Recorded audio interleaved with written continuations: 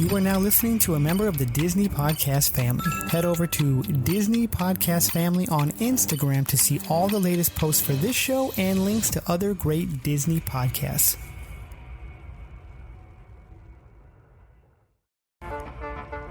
Hey, I'm Ray Parker. I played Darth Maul in The Phantom Menace and Solo, A Star Wars Story, and G.I. Joe, Snake Eyes, and you're listening to Disney Universe Podcast. We would be honored if you would join us.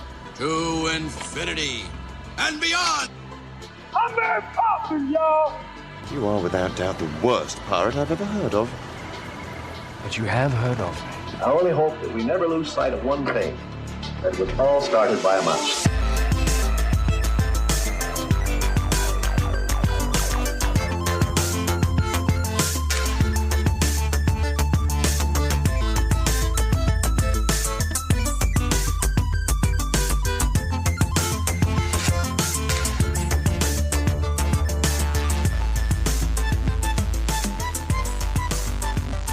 What is up, everybody? Welcome to episode 143 of the Disney Universe Podcast, or as we're calling it today, the first doo-wop.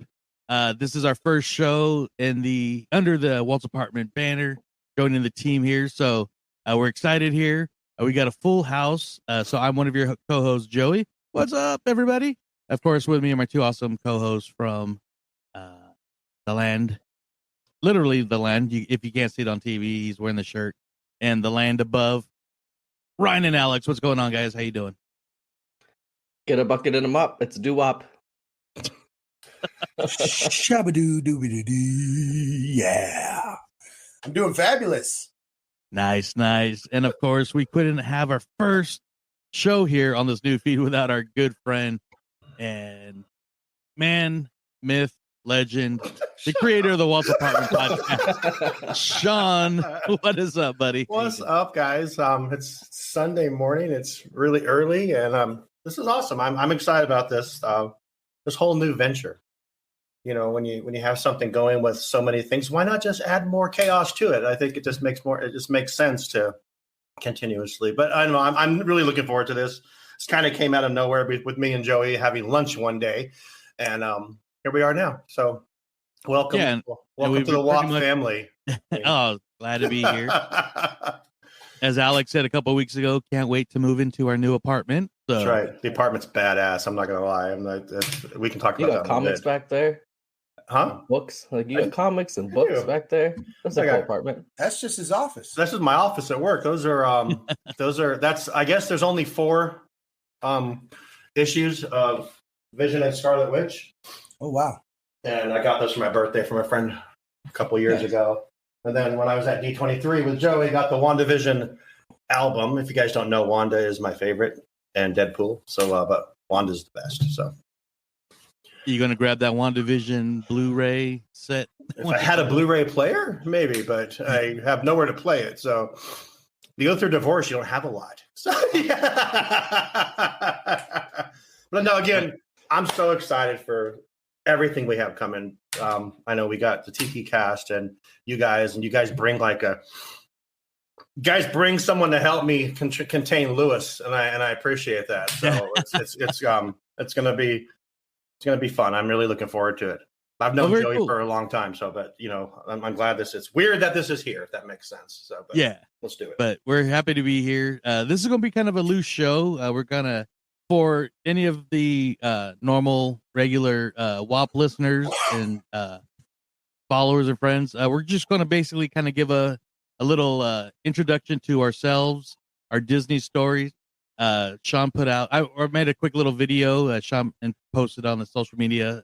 So we have a few questions from more of a current podcast buddy on the show. So I'm looking forward to that. We have a couple of trip report. Upcoming MouseCon plans, so it's just gonna be a fun loose show. But before we do that, we have this thing that we like to call mousekeeping, where we like to shout out some special people, some special things, let you guys know where you can find us. So Alex, can we talk about some of our special crew members? Yeah, the crew, DU crew, is our favorite people, and we want them to be you as well. You can join the DU crew with us over at patreon.com/DU crew. And those are our closest members of family. They help make this show happen.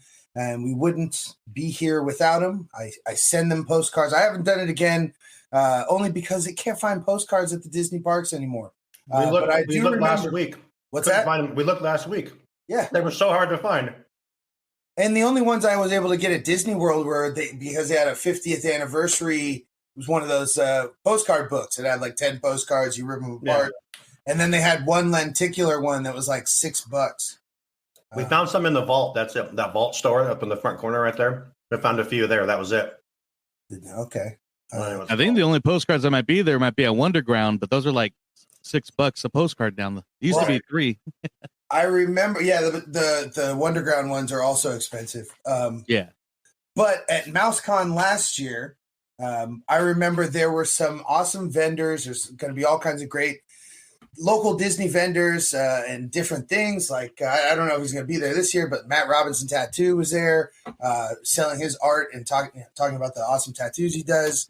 But there was a vendor who had a bunch of old Disney maps and postcards. And so if I see those there, I will pick up some more postcards. Long ass tangent to tell y'all. I enjoyed sending postcards to our crew. If you want to get a postcard from the Disney parks, as well as other awesome perks, they are all getting our new Hatbox Goat t-shirt from our Summer of Live campaign we did. And we hope to get those all out to everybody before the spooky day arrives. But as I said, patreon.com, DU crew, these are the people. If they are you, we love you. And if they are not you, come join the crew. We got Wedge Antilles, newest member of the crew, straight from Red Squadron. I don't know which squadron he was, but shout out to Wedge. We got Florida Jen. We got Superfan Jen. We love both of our Jens here in the DU crew. Alfredo, hope to see you at MouseCon. I know I saw you when I did we did the Ahsoka screening, and it was rad, and I will never see another episode of TV the same again. Thank you for saying hello there. Shawn, member of the DU crew right here, so you can be on the show with us, part of the crew. John, our Ahsoka-loving buddy. Tyler, king of the bags. We've got Sasquatch, forever incognito. I hope to find you in the parks one day. And, of course, Monique, one of our good friends from a long time ago. So love you guys all and hope to see you all in the parks. And thank you for being here as part of the crew. Morning rant over. Morning rant over. For now. And before I kick it over to Ryan, I want to mention this at the beginning on what the reason why we kind of like got together and merged here. We are also a fellow Disney adult podcast, which is just our personalities, our humor, our everything just blends perfectly with everybody at Walt's apartment. We've instantly become friends with everybody there. Shawn likes to bring guests to the show. Then after a couple of weeks of being guests, we become hosts and stuff. That's crazy. So. That's why I have so many damn hosts. But I'm not complaining. I think it's the best thing ever. Oh, yeah. For things like MouseCon, we're going to have plenty of coverage. We're going to have plenty of people there that can help with anything. And it's just nice. I'm from a pretty big family, and I like family. And you guys have, like you said, it's all family at this point. So it's awesome. Yeah. And, when you get like true Disney loving fans and friends together, just everybody clicks right away. And we were on one of the lives when Disney Insider was on. Derek, one of the guys from Disney Insider, was saying how like normally shows with just a huge amount of hosts don't work, but when you get the right people together, it does work. So we're happy to be a part of that. But for our new listeners and followers that we're going to be meeting through Walt's apartment, Ryan will let you know where you can find us, where you can find our old shows, because those will be continued to be available to you also. Mike, yours, good sir. Yes, so if you would like to go back and listen to our old shows and see where it all started, you can find us on Spotify and Apple Podcasts at the Disney Universe Podcast, and now you can find us under the Walt Apartment streaming services. Apple Podcasts as well, Spotify. Where else are we being streamed now? Google, Amazon, Same. Everywhere you listen to your favorite podcast, I believe, except Stitcher. Oh no, I think that's on there too. We have. Stitcher's Are you talking about going forward? In the past. Oh no, I was talking about for future. Oh yeah. Well, you can find us everywhere. Just look up Walt's Apartment Podcast, and we'll be out under there every few weeks, popping up. If you'd like to interact with us, you can head over to Instagram, Disney Universe Podcast, and X Disney Universe Podcast. And if you'd like to watch our Tano Tuesday reviews or other videos that Joey has recorded and put up, you can head over to YouTube, and it's under DUTV. Yes, sir. Awesome. Which I just put up a brand new video of what I shot at Tiana's Palace, and we'll talk about that shortly. But nice. Yeah, we've had a big boost on YouTube, so that's been very nice. Well, good. I like. Wah wah wee wah. Wah wah. King of the castle. Anyways, thank you, sir. Yeah, be sure to follow us there.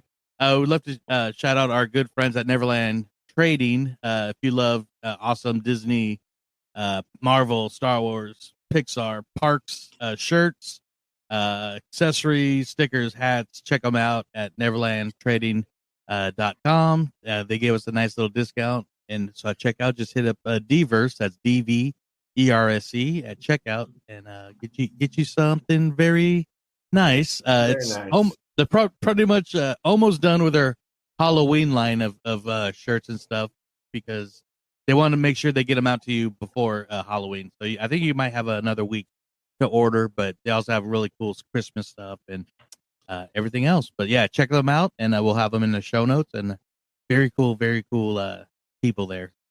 And yeah, but let's just get right into the episode. I'll kind of go just real briefly, kind of like the quick little history of Disney Universe. Started this just over 7 years ago. I've always wanted to get into podcasting. I listened to the Disney podcasts that were out at the time. There's very few Disneyland-based podcasts, but I always wanted to do something. Originally, before like YouTube took out, the Apple Podcast was doing, or which was just iTunes at the time, was doing a lot of video podcasts, which were ride-throughs and Disney park stuff. So that's what I was doing and watching a lot. Then the audio part took off the most. I finally got into it. Me and Jungle Cruiser met through the app, Disneyland Inside Out, which was like a mice chat app. Gave you times. There's forums and all that stuff. So we got in and about talking, possibly doing a podcast. And if you listen to All Aboard, Walt's Apartment, us, you might recognize the name James Morton. He was also in that app, and he's kind of local here in Sacramento. He's up in Oroville, which is a little bit north of Sacramento. But I never were able to do that. But anyways, then Corey started All Aboard, and then I was part of that briefly. I was a conductor, but I still wanted to get the Disney podcast going. So me and my niece were going to start one, but then it didn't happen. Then good friend Skywalking Through Neverland started, which congratulations, just celebrated their 10th anniversary. Been around for 10 years. So that's 10 years. That's crazy. Yeah. So they've been doing that and had me on as a guest a couple times, get over my nerves. Finally, Jungle Cruiser helped me start, which we actually started the podcast as a Tumblr blog page, but to kind of like plug up the podcast, and got into it and been doing it ever since. We've had Jungle Cruiser as a host, and he went by Corey in the house because he likes podcast character names, which I always had an issue trying to it's not me, but it's okay. But why you're Skipper Joe? Oh, Yoho Joe was my Yoho Joe. Yeah, that was my my name in the forum. Okay. And because that's how they did their forum there, and it just kind of always stuck. And so then we were doing it for about a year, a couple, half a year, and that's when we were getting heavy Star Wars stuff, in which Corey's not a big Star Wars person, so he had a very young Ryan on the show one time, just through puberty, and found out he really liked Star Wars too. So he's like, you know what, he'd be a great co-host. Had him on as a guest, and he's been here ever since. So we've had some great conversations, great experiences. Then me and Alex met through a mutual friend, producer Christy. You all remember her. We went through a Northern California. Basically, it is a Facebook group, Disney Singles. And, I was going to shout it out if you didn't. Oh, good. I forget the name. If you want to shout out the name, if it's still around. Yeah, what? I mean, it's defunct, but like Disney Main Street Singles. Yeah, and changed his name to something else, but yeah. My best match from a single group is this guy right here. Bounce, come on. Where's the music? Friends in the group, but yeah. But he's not lying. Yeah. Oh, Alex, is that how you met Addie? No, I met Addie at a bar, the old-fashioned way. The old-fashioned way. But the funny thing about the singles group is like a lot of Southern California people were meeting and and hooking up and doing naughty things at the park. A lot of the Northern California people were like, "Hey, we're single. Let's go to the park, become friends." And so that we were using it as like way to interact and do stuff. And Chris actually organized the first time I went to the Walt Disney Family Museum, and that was the first time I met Alex. Obviously, anybody that meets Alex hits it off right away. And we had a great time. Well, Alex is shy, so I mean, it's hard to get him. It's hard to get him to come out of his shell. So I mean, I've noticed that about him. So once you kind of crack that tough exterior, you say Disney, and it's a shell dropper for me. So that's Disney beer sports. Yeah, and so we became friends through that. Met up at Disneyland a couple times, and then. Through that we found out, hey, we both like craft beer, so that spawned our Fresh Hops podcast, which was supposed to be a different type of podcast. At the time, I rearranged it to be a beer podcast. We've been doing it for 3 years now, and then Alex, who used to live in San Francisco, a couple years ago, him and Addie moved to Sacramento, and I'm like, and it's right around because we had Christy on the show. Briefly, but right when she joined the show, she wound up moving to Arizona. She was a traveling nurse, and her schedules were very, very unpredictable. And so, right when she joined, she was unable to get on the show a couple times. And then Alex moved over here. I'm like, dude, you want to be on a Disney podcast? It's only natural. Alex watches many Disney YouTubers and listens to podcasts, and is a great interactor. It was a natural decision, so he's been on ever since. We like I said, we love talking entertainment, we love talking parks, we love talking movies, everything in the Disney umbrella, and that's why it's the Disney universe. Like I said, Lucasfilm, Marvel, Pixar, Muppets, everything. Everything the sun touches is yours, Iga. Yeah, it's like one of the best. It's like one of the best names, though. Honestly, if you think about it, because it does cover everything. Yeah, and I was kind of worried about it because at the time I finally decided on it. There was a game called Disney Universe that didn't last very long. We outlasted the game. We outlasted the game. So, so we've been doing this like 7 years. I don't see us slowing down anytime soon. I met Shawn a couple years ago. I've always wanted to network or, do a network of a podcast, and it's like timing happens for a reason, and absolutely, I mean, this is the perfect time. And one more briefly before I kind of get done here, for those that don't know, like me and Shawn became friends because of your friend and co-host Chris. Yeah. And we were, Chris, you guys did the D-cast, then branched off to Walt's apartment, and me and Chris, and I was a listener of the D-cast. Mm-hmm. And so me and Chris were kind of loosely interacting, and then as y'all know, suddenly passed away. And as we were trying to schedule, you guys to be a guest on here, we're going to be a guest on there, but I didn't personally. I only messaged him maybe 2 or 3 times. That was it. And Shawn said there's one of these couple times, and like we said with Alex, like you meet certain people and you're instantly friends with them. Oh, and yeah. So that's how it was. And so we had just recorded an episode, and I was in the early stages of editing it when I saw your guys' post of his passing, and so I just put a little, just a little, I don't know what just what do you call it? Like just a little blurb at the very beginning. It was more than that. It was awesome. I mean, it was very small, but it was like so heartfelt and genuine, and it was just like the coolest thing ever. And I'm like, holy shit, this, And I kind of knew who you were as well too, but it's just like, I don't mean to cut you off, but you mentioned Chris. You mentioned Chris, and when it comes to Alex, I see a lot of Chris in Alex. So I have like this. I mean, it's Chris was over the top and just out there, and Alex. I mean, Alex is Alex, and that's a good thing. I don't mean that in a bad way. I see a lot of Chris in you. So when you talk and when you communicate, I think about Chris a lot when you talk because you guys have that same kind of energy. So take that for whatever you want. But it's Chris. Chris was the man, and I see a lot of Alex in Chris, like almost like a reincarnation, kind of, if that makes sense. So even though you're already alive, but still, I definitely sounds like I will never be able to not regret that I didn't meet this guy because he sounds like an amazing dude.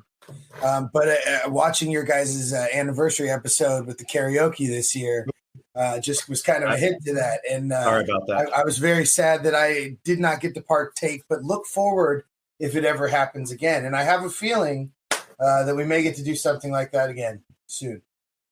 Yeah, possibly at a convention, not necessarily Mousecon. Oh my gosh! I'm like, wait, that's only 3 weeks away. I got to get mentally prepared for that. maybe like a D23 or something. Who knows? But then I tagged your guys' podcast. Then you reached out to me. We've talked and become friends ever since. So I'm glad we're here.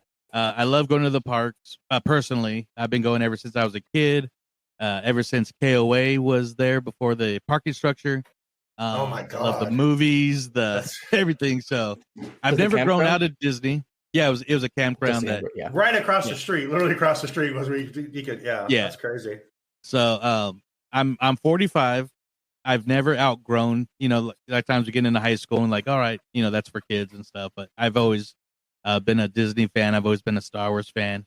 I like the Marvel cartoons, but really got into them when Iron Man came out. Love everything about Disney. As they say in the Walt's apartment, sometimes when you love it too much, it comes off as a pixie dusting.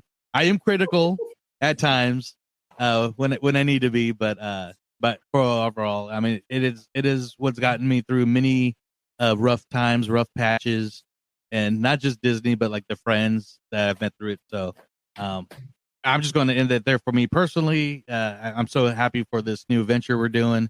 And I will go off with The Son of Darkness.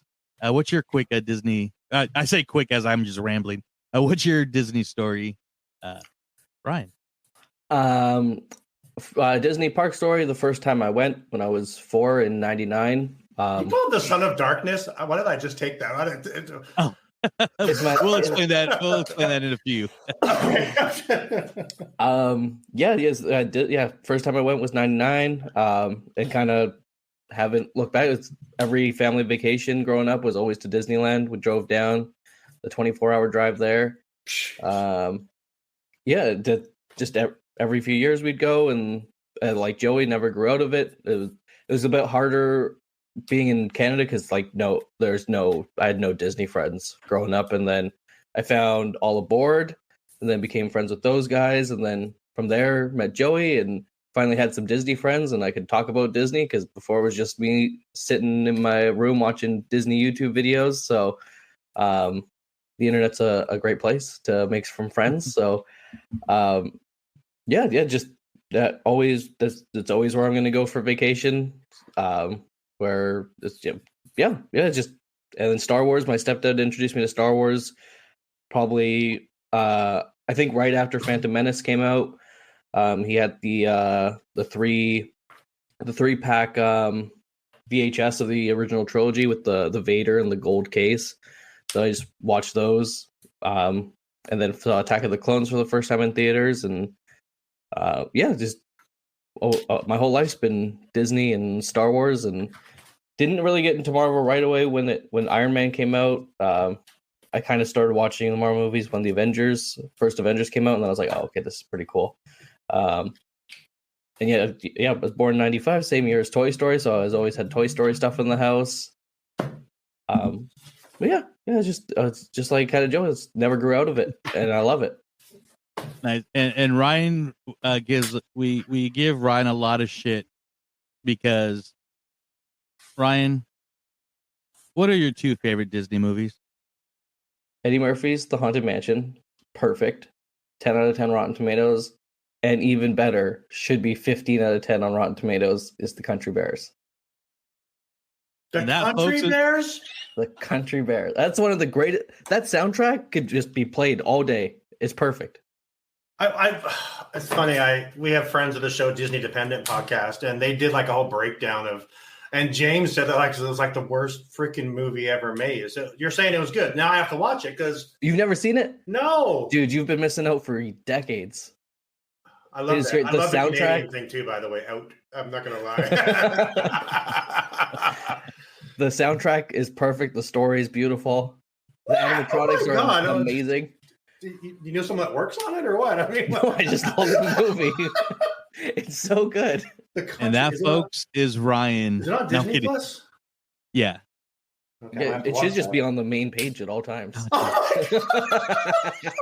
The story is beautiful. The story is beautiful. Is that what he said? Did you say well written too? I'm in my head right now. I'm like, I'm gonna get Ryan a Country Bears original movie poster, and then I'm gonna put his like Siskel quote on it. The story is beautiful. It's about like family and like brothers that can match some Photoshop person and just put it right between the New York Times and Siskel and Ebert. The story punster. was beautiful. Story was beautiful. Country Bears. The punster. Ryan Bunn. It's about adopted brothers and the older brothers, like the typical bully older brother, but only because he loves them, and then he's gone and he's sad because he wish he treated him better, and it's so good. And there are so many more Disney movies that are good. But have you seen Country Bears? You're right. I haven't. I mean, I'm gonna have to watch. If that's your best argument, it's not going far, dog. That's fair. But don't knock it till you try it. If you watch it and you don't like it, that's cool. Not everything's for everyone, and that's fine. Everyone's allowed to have their own opinion, but you gotta give it a try first. I see a slogan coming from people who are very reverent to the attraction. It was just cheesy. What, 90s, late 90s, or was that in 2000s? I think it was like 2003. It was mid 90s, I think. It was right when they closed. We did an anniversary last year. So it was 2002. It came out. There we go. 2002. Still waiting on the sequel. It was. I will say there are worse movies. Yeah, it's called Cocaine Bear. I think you'll be waiting a while, Ryan. Honestly, if you're waiting for a sequel. I've heard that movie's garbage, but I'll have to watch it now. I'll give you the respect to at least watch it at this point. Yeah, here's a tagline for it. Out of all the movies about bears, this was one of them. Well, according to what'd you say, Alex? Great storytelling. Is that it? The story is beautiful. The story is beautiful. Hey, Country Bears, watch it for Brian Setzer. Do you like Wally too? Yeah, I didn't like Wally. Oh, see, I love Wally. I got some points and lost some points for Ryan right there. So okay, so. But the Son of Darkness comes from when we're all hyped for the Rise of Skywalker to come out, and Ryan was surely certain that the movie was going to be called Star Wars: The Son of Darkness, where Kylo Ren becomes completely evil and just destroys everything. Would have been way better than what we got. Just throwing that out there, in my opinion. You really think Star Wars is just going to end a movie like that? They're going to be like, yeah, Dark Side wins, Son of Darkness, let's ride. I thought they were going to go for it. Yeah, I think the closest you'll get to that is the end of Ahsoka, or at least the end of season 1 of Ahsoka. Shout out Tano Tuesday coming at you later. Yeah. after this recording. But I think you guys are going to be doing this for a while today. We might. So, but right on. Right. And so, of course, Alex, your Disney story, sir. I was born and Disney was in the story. That's the story. It's a beautiful story. Earliest memory would be going to the parks with my grandparents, my mom's parents, maternal grandparents, Took the whole family, all stayed at the Disneyland Hotel, probably when it was at least somewhat affordable to do so for 10 to 12 people. I remember my dad was brought on stage at the Golden Horseshoe in the whatever the show was, the long time running one. The Golden Horseshoe Review. Yeah. Something like that. Welcome everybody. So glad to meet you. You're at the goal. Okay. Dun, dun, dun, dun, dun, dun, dun. Just love going to the parks. I definitely remember my grandparents when I'm there. My parents had always taken us when we were younger. I still remember we went to the Boys and Girls Club as kids, and my parents would always volunteer to chaperone because then they got to go for free. So Nice. I think I learned my frugal Disney nature, or I shouldn't say frugal, but at least maximizing value, as I think a lot of us like to do, whether it's using Genie Plus to ride the most amount of rides or getting there early and staying late. I always like to feel like I'm winning Disneyland. As Joe mentioned, I like to watch a lot of the different YouTube vloggers, whether it's parks history or current park reports or, about movies and other things. So when Joe and I met and ended up starting Fresh Hops Podcast, I think we went a good year, and there was definitely some mention of Disney during our beer podcast every time. And every episode. Eventually, he's like, "Hey, do you want to come be on the Disney podcast?" And I said, it sounds good, but I don't promise to stop talking about Disney on the beer podcast. That'll still happen. And we haven't. So. Yeah. So yeah, I'm a big fan of all things Star Wars, Marvel, Disney. As we mentioned, everything the light touches is Disney. I don't know if we've ever actually done an ESPN episode, but we did get to the Muppets a few times. Yeah. I like it all. I like to say my Disney spirit animals, thus making it's hard. At least for me, I can't pick one favorite Disney movie. I don't think any Disney fan can. Same as I can't pick one favorite ride at the parks. But my Trinity, that's Cheshire Cat, Winnie the Pooh, and Dumbo. I think the three of those put together make up my personality. So I love the three movies they come from. Very cool. And hearing from the story with the trips, the family and everything really kind of set the way for basically your recent birthday trip that you'll talk about later on. So very cool how you're keeping that going and everything. So, well, that is us. In a nutshell. Feel free to ask us any more interactive. We love interacting with everybody, but I know Shawn's got some questions. We got some questions from some friends. On questions. Again, I'm excited for this whole thing. Brian, we're really going to talk about your favorite movie. We're going to have to see if we can sway you.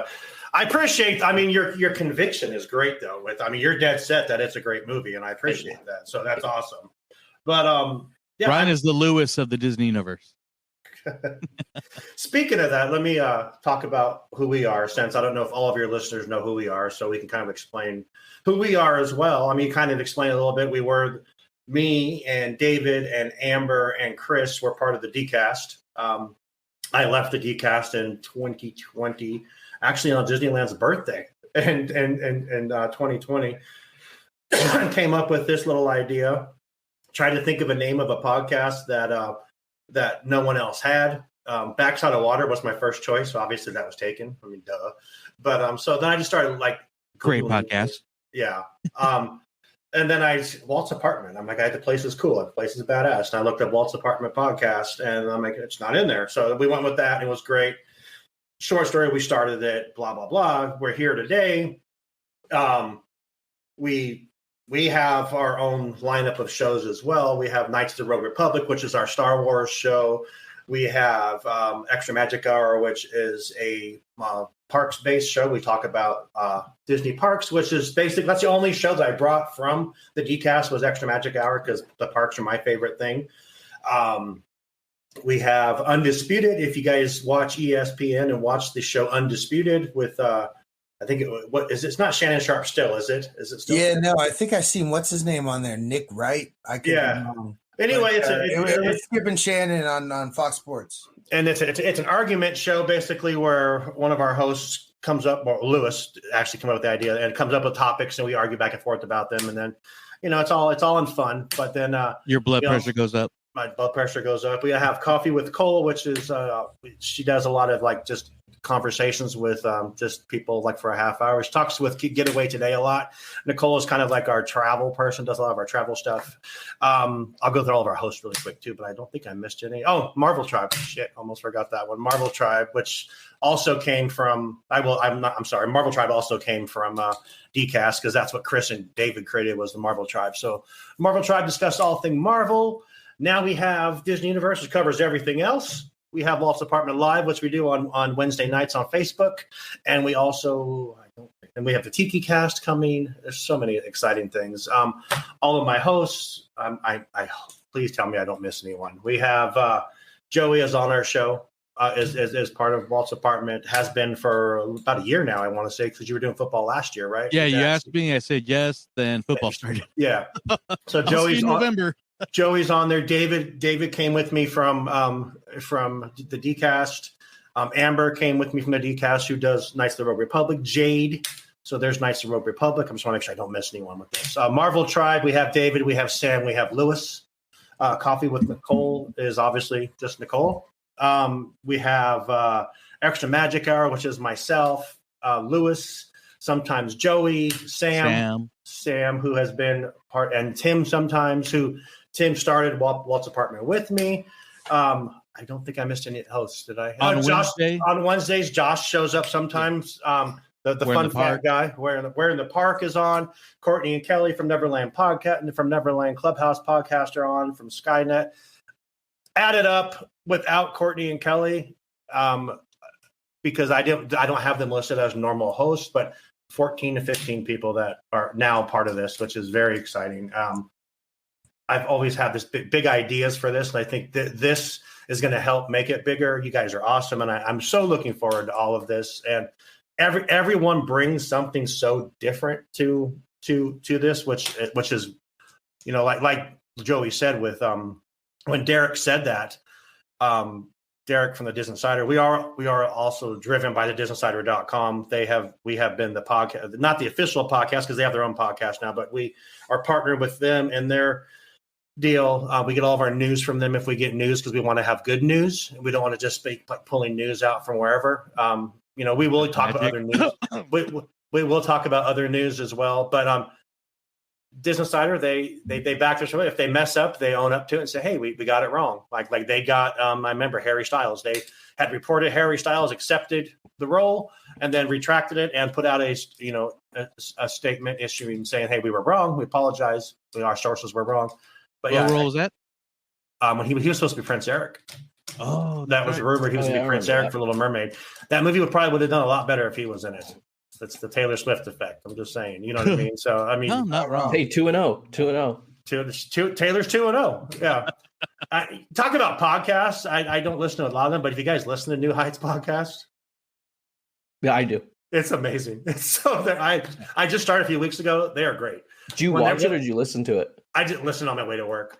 When you watch it, it's very disruptive. The way they edit, like they'll be like just about finishing a conversation and they'll cut and then they'll start a new it's good, except I don't like the way they edit. Anyways, continue. The show, I mean, they're great. I mean, Travis, I don't want to get into football. We talk about football all day long, but again, you guys are just amazing. I love you all. I'm so excited for all of this, and I do have questions. I have my own questions that I ask any new hosts. So we'll go around the room real quick here. Sure. Joey. But I was going to say, I was just going to agree with everything he said, and gets me excited that we are going to be running MouseCon basically because I've met Josh. Well, I've seen Josh at MouseCon and D23 because he's usually with the Sweep Spot guys and our buddy Russell Flores at D23. But he's always, because he's local. I met We're in the Park last year. Yeah. I met our good friend of the show, Matt Robinson Tattoo, which I think met Matt last year too. Yeah. All four of us have Disney or Disney IP tattoos. Yeah. So yeah, we're going to run it. Oh, it's going to be so much fun. I was there for like an hour last year, and I'm like, well, I'm going to be there all day. I'll be there all week. We'll be there all weekend this time, so that'll be fun. A lot of people from Walt's Apartment and Disney Universe are going to be there together. Sam's been part of the show for 3 years, and I've never met her in person. So it's going to be fun. It's actually fun. Well, so We'll meet Sam in person. Sam will be there with her, with the adventurous ideas or something. I forgot what it's called. Something like that. But she'll be there with them and with us. Me and Joey come up with some plans. We're gonna. I'm thinking of we need like an on the floor reporter, just asking people questions. We need to figure that out. I think that could be fun. We can send Alex and Nicole out there to just get in. You just ask all. I think that'd be so much fun. Just like in that, put it all together. Well, coffee and beer with Cole and Alex. Coffee and beer with Cole. Oh my God, I love it. Beer and coffee. How about what's brewing at MouseCon? Oh. All right, we gotta talk, Joey. We'll figure this shit out. I will be there next year for photos. Yeah, I just need the date early so I don't book a wedding like this year. First Sunday of November. So I want to ask you guys a couple questions. Okay. And I do this to everyone, like when we first get someone on the show. Start with you, Ryan. What do you do for a living? I am a wedding photographer. Okay, perfect. Alex, how about you? I'm a beer tender. I work at a brewery. Hell yeah! Shout out Burning Barrel. Oh crap! Let me turn that off. Sorry. Joey? I run a warehouse now at a company that works on HVAC and security and fire parts. Right on. Yeah, I just asked you this question because people always ask us, like in our lives, they'll message us and ask us, like, what do you guys do? Because I mean, obviously you can tell what I do. I work in a car a lot, and I actually record from where I work most of the time. That will be changing because I actually have a set up studio at home finally. But Alex, what's your favorite ride? I know you said you didn't have one, but you got to pick one. The wildest ride in the wilderness. First roller coaster ever. That's awesome. But honorable mention would be Mission Breakout. Man, you're my guy. My top three are Pirates, just because of nostalgia. Then Big Thunder, and then Mission Breakout. Those are my top three. So that's awesome. Ryan, favorite ride or favorite attraction? Sorry, I always say it's a tie between Pirates and Mansion. Yeah, those are solid ass choices. I could put either one would if I had to pick one. So if we had to get rid of one forever, which one would it be? Mansion or Pirates? Oh, probably get rid of Mansion because Pirates is longer. That's the perfect answer. You can stay. Thank you. Joey, how about you? Favorite ride? I was going to tell Ryan, just say get rid of Pirates at Magic Kingdom. Oh yeah. Okay, there you go. Yeah. Can I go nostalgia and excitement? So nostalgia is definitely Pirates. All right. I remember writing that with my dad and all that stuff, and love it. Favorite attraction, like now, I know a lot of people would expect me to say Rise of the Resistance, and I'm sure Ryan and Alex can vouch for me on this one, but Cosmic Rewind at Epcot is freaking amazing. Yeah, that's what I've heard. The queue, the everything. So yeah, I'm not one to like spinning around, so I don't know if I would like it. So I don't. I hate spinning too, and it's not that bad. Oh really? Okay. You're distracted enough to not think about the spinning. The funny thing is, I have an iron gut. And I actually walked off like, whoa, like, why is the rum gun? Oh, that's why. First ride messed me up. Luckily, the following 6 were much better. So let me see here. Joey, who's your favorite Disney character? That would be Donald Duck. Great choice. Tony Anselmo was just announced as a guest at MouseCon, who's the voice of Donald Duck. So yeah, that's awesome. I'm excited for that, and Donald is the reason why I'm a huge Oregon Duck fan as well. That's right. Shout out to the Oregon Ducks. I'm a USC fan, but anyway. What a crazy game last night! Did they win or lose? Won in triple overtime. Oh, really? Did you see that Miami blow that game? I heard about it. Yeah, it should have taken a knee, and they ran it, fumbled it, and then lost with 1 second. Oh shit! Yeah, if they just took a knee, they would have won. But I don't know why they ran the ball. I know USC worries me because they were destroying Colorado, and then Colorado decides to try and come back. I'm like, holy crap! They got some. It sounds like Washington's the class of the pack right now. We'll see. Don't they play? I think SC plays them. So Oregon and Washington play next week at College Game Days in Eugene. Oh, yeah, okay. That's going to be the big one. And Oregon is wearing, for those interested in Oregon fashion, they are wearing their old Donald Duck 1990s uniforms. Nice. Because that game is what put them on the map when the pick 6 against Washington. Kenny Wheaton, freshman. Yeah, my daughter went to Oregon, and so I do like them, but I'm from Los Angeles, so you big USC fan. My daughter actually sat on a bus at a bus stop with Marcus Mariota. Said he's the nicest guy in the world. She said just the most caring. And DeForest Buckner from the Colts. She said he was in her sign language class and said he's just like this big old man and wore a cowboy hat and like overalls to class. Like he just didn't. She's like, he was the coolest guy. Anyway, I can ramble just like Me you guys too. can. This is going to be a long show. I mean, Tune in next week for our new spin-off show, Oregon Fashion. All about Oregon Ducks uniform combinations and what to wear when you're in the Pacific Northwest. There you go. Only from the Walt department. Right. Ryan, favorite Disney character? I'm going to go with Pooh because I'm built like Pooh. Yeah, you're pretty pooey. Yeah. Little legs, big gut. You're built like You're a little pooish. Do you get a rumbly in your tumbly when you're hungry? My stomach's been rumbling this whole show. I'm surprised no one commented. I love Ryan. So his favorite character is Pooh, and his favorite movie is The Country Bears. All right, Alex. I mentioned earlier, Dumbo, Pooh, and Cheshire Cat are like that's my trinity. There you go.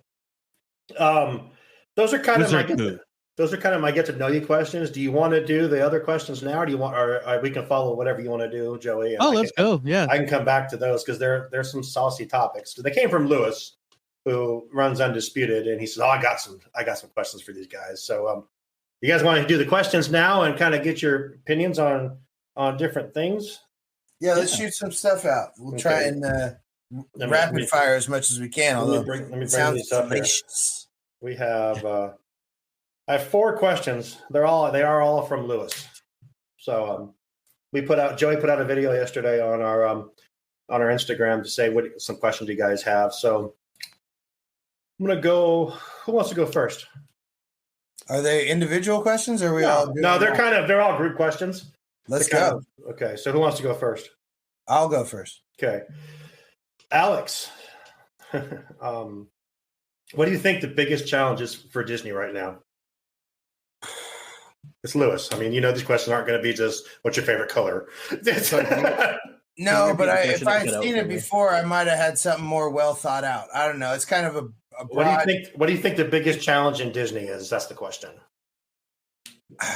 To have the fucking gall to just spend the money to make the people happy at parks and get your fan base back. I don't think anybody really give a shit. No, people still give a shit about the quality of the movies, but they care less if they were paying 40% less at the parks. And I don't expect prices to roll back anytime ever, if soon. Right. But I think recent trends at the parks are showing people have finally reached a limit with how much they want to pay to go in, with how it's been less busy on the weekends than the middle of the week, because it just makes more sense to pay the money to go in the middle of the week. Anyway, yada, yada, yada. Original storytelling and have the courage to spend the money knowing that the people will show up. That's a good answer. That's Ryan. How about you? So it was kind of the biggest challenge. What's the biggest challenge for Disney right now? I'll bring it back up. Sorry. What do you think the biggest challenge in Disney is? Oh, coming up with new ideas. I know there's been some new Pixar movies, but everything's just a reskin of a ride, or they're doing a live action movie of a cartoon movie, and it seems like they have no one creative. So they need a pound of weed, and they just need to get creative. Like everything just seems like just like there's like oh we have this ride, oh we could just put a new skin on it, and nothing. It seems like nothing's original in my opinion. You got to do what Alex is doing. Why are we not on YouTube right now? Right? That's why. Joey, how about you? What do you think? Oh my gosh. I mean, I would have to piggyback on what both Alex and Ryan said, really. I know, and I hate saying this because I know when it comes up, you, Shawn, kind of say the same thing, but from a company standpoint, bring the magic back. Mm-hmm. But I know we talk about like at the parks, what people said there's magic at the parks.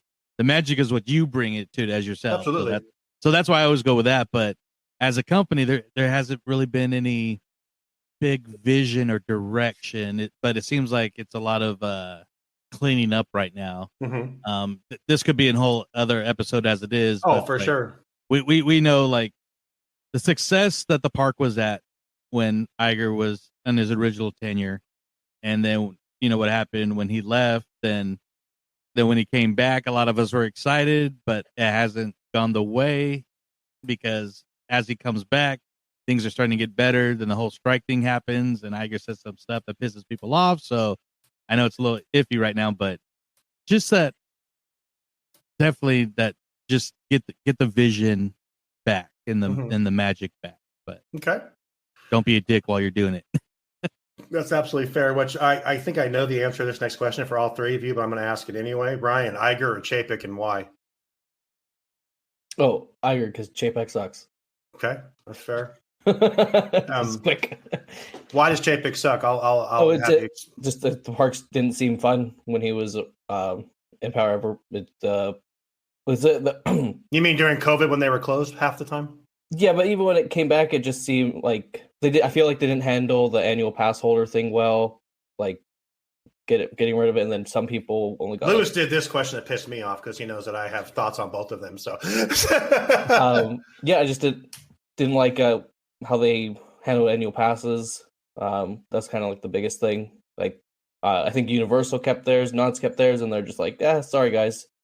I didn't like I liked the parks during COVID when Joey and I went. It was dead. I liked that they didn't let that many people in, not because of COVID reasons, just because it was a nice dead park. But I feel like the annual passes were the big thing that kind of pissed me off. Okay, that's fair. Alex, what do you think? I lean towards Iger only because he's more charismatic.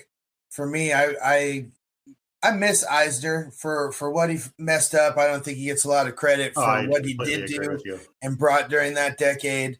And, of course, he's not Walt Disney, but I like that figurehead, charismatic head of the company. He's like, hey, man, we all love Disney. We're doing this now, instead of like, hey, man, I know you guys love this and you're going to spend your money, but here's where we're going to cut. And granted, I know Chapek kind of got a raw deal with the cards he was dealt, but I don't know. He just didn't seem like a fun dude. I didn't like him as the head of Disney.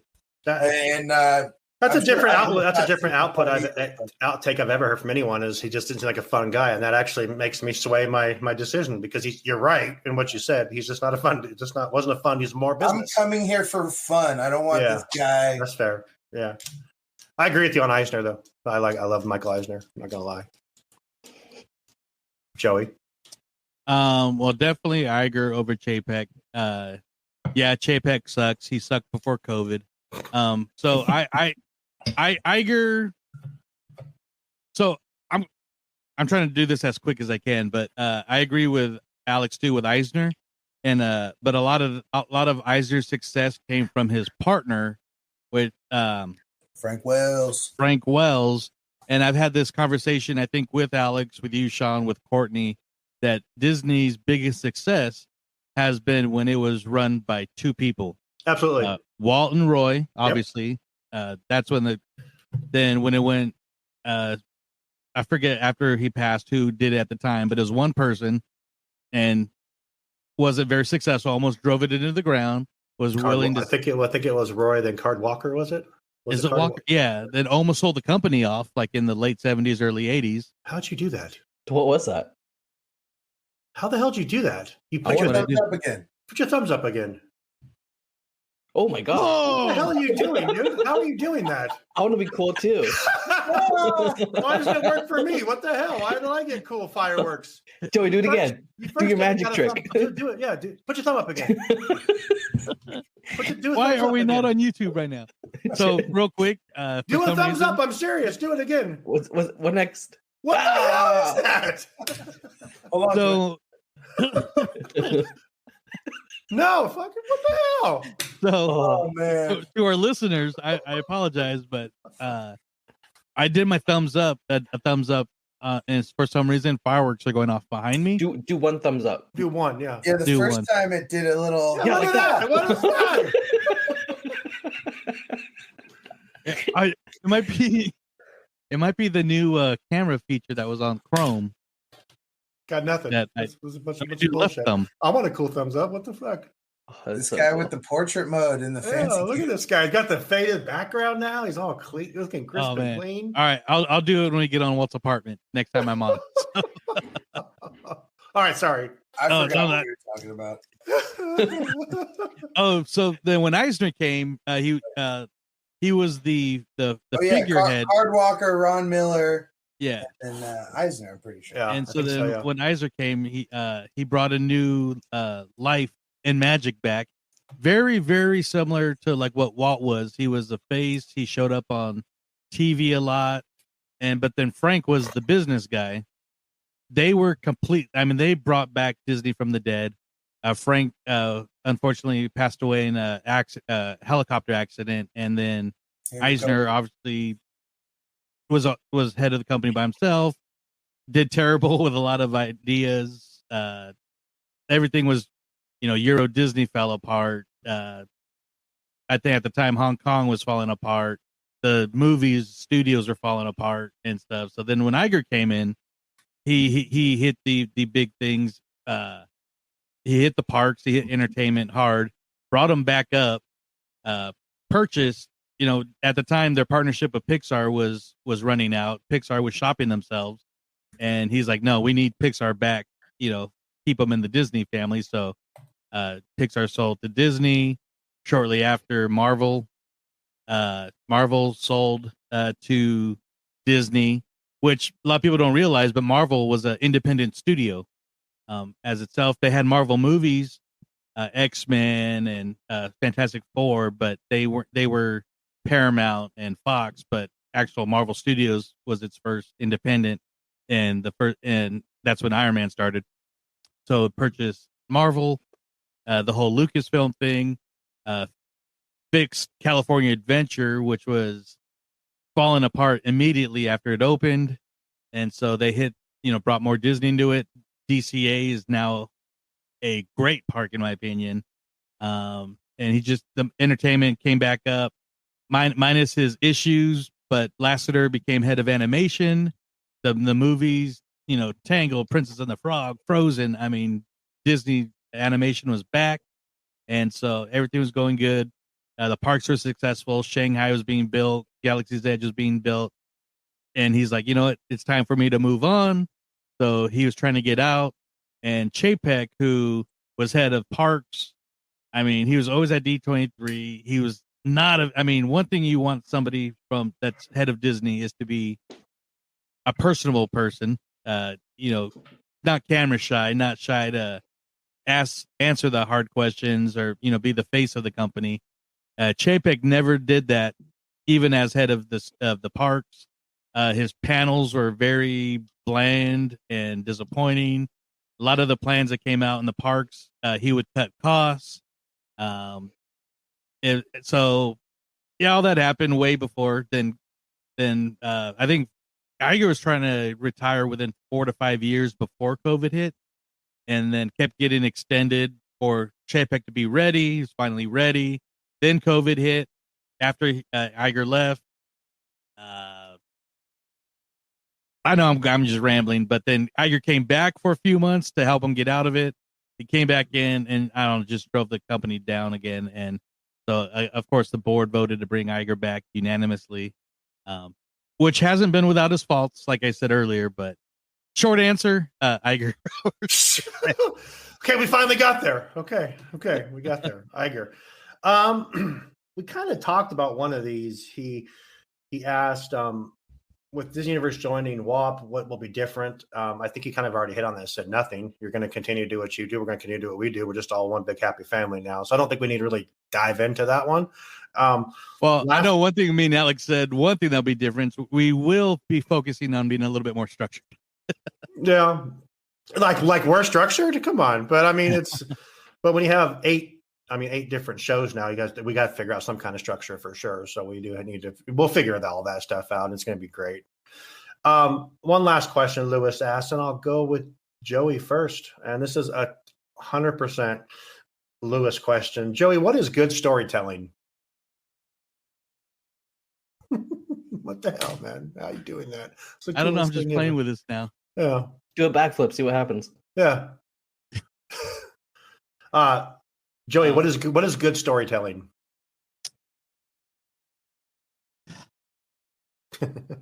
Good storytelling is,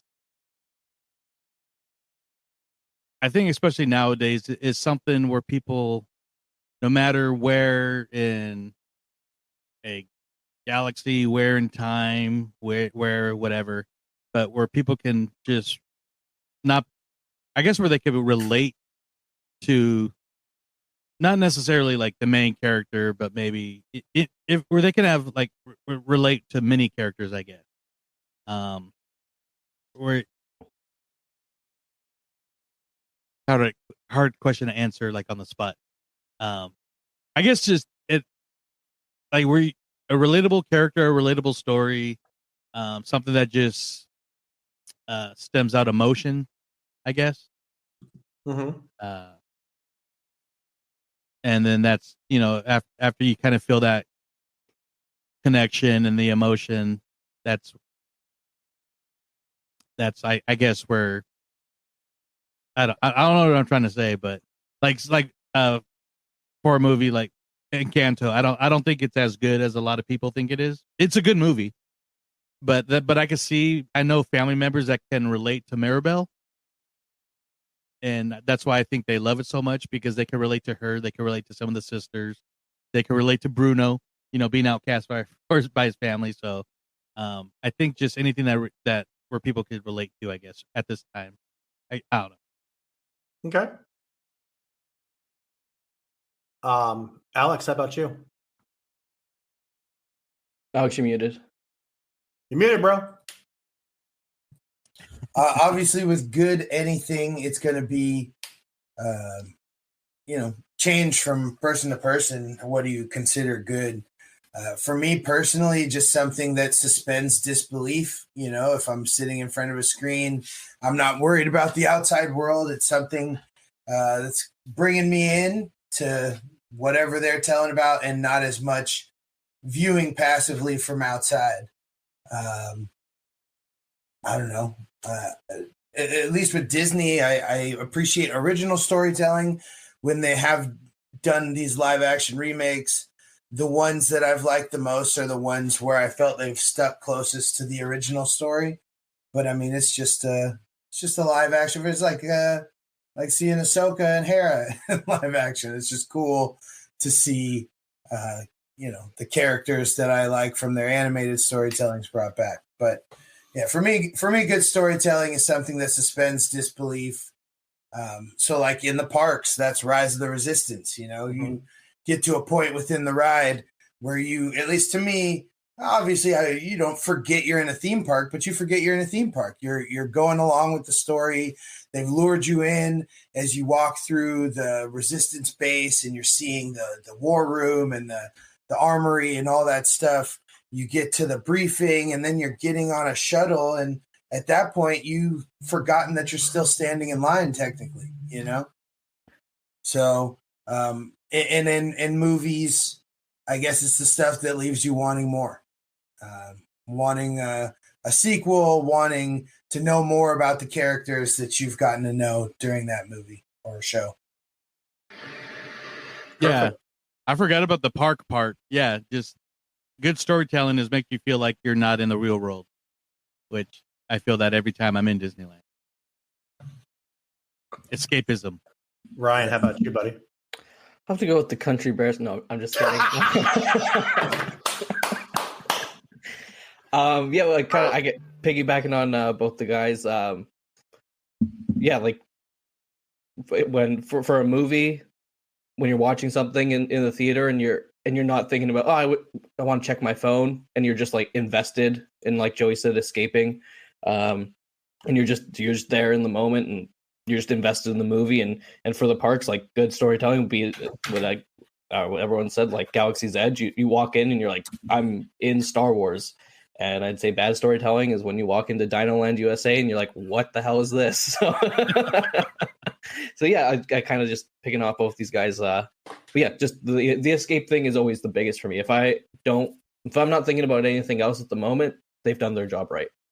Perfect. That's all I got from our questions. And it's your show, Joey. So what do you want to do? Oh, no. Yeah. I think before we go, I know we're talking about how in a couple weeks we'll be at. Oh, no. We had a few trip reports. Oh, yeah, for sure. Oh, there's still more. I just know that's all I had for questions. Yeah. I know you have more things to talk about. I'm here all day. Whatever you guys want to do, let's go. Yeah, I don't really have any questions. I mean, that's pretty much us. Like I said, feel free to interact with us. We're most interactive on Instagram. You can interact with us personally. You can hit up to our bio and click on our personal pages too. We do have a broadcast channel through Instagram, which is it sounds weird, broadcast channel, but it's basically just like people that actually do follow, and not just follow pages, but actually like interacting with them. We'll post like polls or Ryan. Oh no, you did that in the DU crew one. Yeah, I will post those photos. I'm gonna do like a link post between the Disneyland kid and DU. I did it for the first one, but I just thought, yeah, well, hey, here's a little exclusive for DU crew. I sent all the photos I took to our group chat before we posted online, so they got to see those first, which is kind of cool, and got to talk about them and stuff. Yeah. So one thing I do want to kind of, before we get to the trip reports, because like we've all been there. I met Shawn there for your 50th. Alex, you were just recently there for your 40th. Cool surprise. Yeah, but all at different times we all, and Ryan wants to hear about it, but all at different times we've tried Tiana's Palace, the brand new overlay retheming of the French market. And so I just want to, and I just recently posted a video on YouTube if you guys want to check it out. It's just basically just area, we're in line, we're inside, we're out. This is what we ate kind of video, nothing really to it. But since you went there first, what were your thoughts on Tiana's Palace? You know what? I am not a spicy food guy, and I didn't have anything really spicy. We went there twice, actually, when we were there. And cornbread was amazing. I absolutely loved the cornbread. The cornbread was so good. I not a grits guy till now. We had the shrimp and grits both times, and it's so good. We didn't really venture out too much. I know some of the friends that were there tried like the jambalaya. Is it jambalaya? Gumbo. Sorry. Yeah, and they loved it with the saucers and stuff in it. They loved it. We also tried the beignet, and I was just not a fan. It was too sweet. It tasted good. I mean, we split it and tried to eat it, and just like, no, it's just not. It was too sweet. Regular beignets, in my opinion, are much better. But cornbread knocked it out of the park for me. I loved it.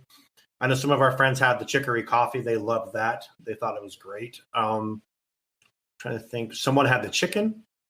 They thought the chicken was good as well. Really no complaints. The second time we were there, Tiana was out walking around, so that was kind of cool to see Tiana walking around. Oh, nice. Hey, how you all doing? And walked up, kind of said hi. So, cool place. I mean, everyone's like so worried the line was going to be long. We got there about 11 o'clock both times that we ate there, and we pretty much waited like a couple minutes outside, walked in, you stand there, then you split off two ways, and you go around and say, I want that. And it was just, I liked it. I enjoyed the atmosphere. I like what they did with it. It made you feel like you were like in her place, like with the coat, the stuff hanging up. Yeah, the recipes up on the wall. Just, I thought I really, really enjoyed it. Yeah, very cool. Alex, what did you think when you guys went? We dug it as well. We got a good smattering of what they had. We got gumbo, shrimp and grits. We got the beignet, got cornbread, got the mac and cheese. It was very good. The mac and cheese. Thank you, Alex. Mac and cheese was great too. Yeah. And the chicory coffee. I had a whole host of cold brews while we were there. But yeah, Tiana's was good. We also just jumped in line. I think we had like 10:45, did like the early lunch just after they opened. The one thing I do kind of feel bad, but I feel like at this point, I guess at least the Disney fans know, the people who are just showing up to the park, I get why they'd be kind of mad. I saw someone got like $150 in mobile order and was kind of mad that it was all in to-go boxes, you know? I get that's how they're doing it there. With other restaurants, if you mobile order, they still give it to you. I mean, I guess most of those places it's like paper plates, but at least you get it on a tray to eat. I feel that to-go boxes is kind of rough look. I, knowing that, wanted to wait in line because I wanted to get it on plates and everything. But yeah, gumbo was good. I put a whole bunch of Tabasco in it. I love, the little touches of having the Tabascos, New Orleans staple. Addie really enjoyed the shrimp and grits. Addie enjoyed the beignet. Not as much for me. I'm not it kind of reminded me of like a custard cream filled thing. The iceboxness of it almost had reminded me of ice cream a little bit. Like a sweet Meyer lemon ice cream. And I do love that they pipe those live right in front of you when you're walking in through the cafeteria line. But yeah, Tiana's was good. Would definitely try again. I think I'll probably try the beef po' boy next time. That looks good. Ooh. Yeah, they had that. What was the other one they had? The sandwich. The one Joey had. Yeah. We were gonna try that, but I hate olives, so I was like, nah, I'm out. I like olives, but I didn't even know it was in it. But oh, really? Yeah, I don't know. It looked good, and I wanted the house gumbo, but I went with the sandwich instead. But. No, so first of all, I thought the retheming is perfect. It's in a perfect location. It's beautiful. The French Market was always a beautiful spot with the tarps and everything. But the theming, the storytelling that goes for Lewis was spot on. And we went there for dinner, so the line was wrapped around the side a little bit. And it flew by. It's a quick service. So it's really quick. Yeah. So if you see the line, don't be intimidated. Get in it. You won't be in there that long. Yeah. So I had the muffaletta. Yeah. That was delicious. The house made sweet pickles were the bomb. They were so good. I love pickles, but I'm not like a big sweet pickle person. But these were delicious. They're like pickle chips. The coleslaw was really good. Courtney had the shrimp and grits, which this was actually the first time I actually had grits. So they were good, but it was very, very rich in like cheddar flavor, which I love cheese. I love mac and cheese, but the grits were very, very rich, but it was still good. I would have them again. I wanted the chicory coffee, but I just had a soda because that late in the day, you're kind of just parched from being at the parks. So you need a little bit of a carbonation and burping fuel. We had the cornbread. That was good. The beignet,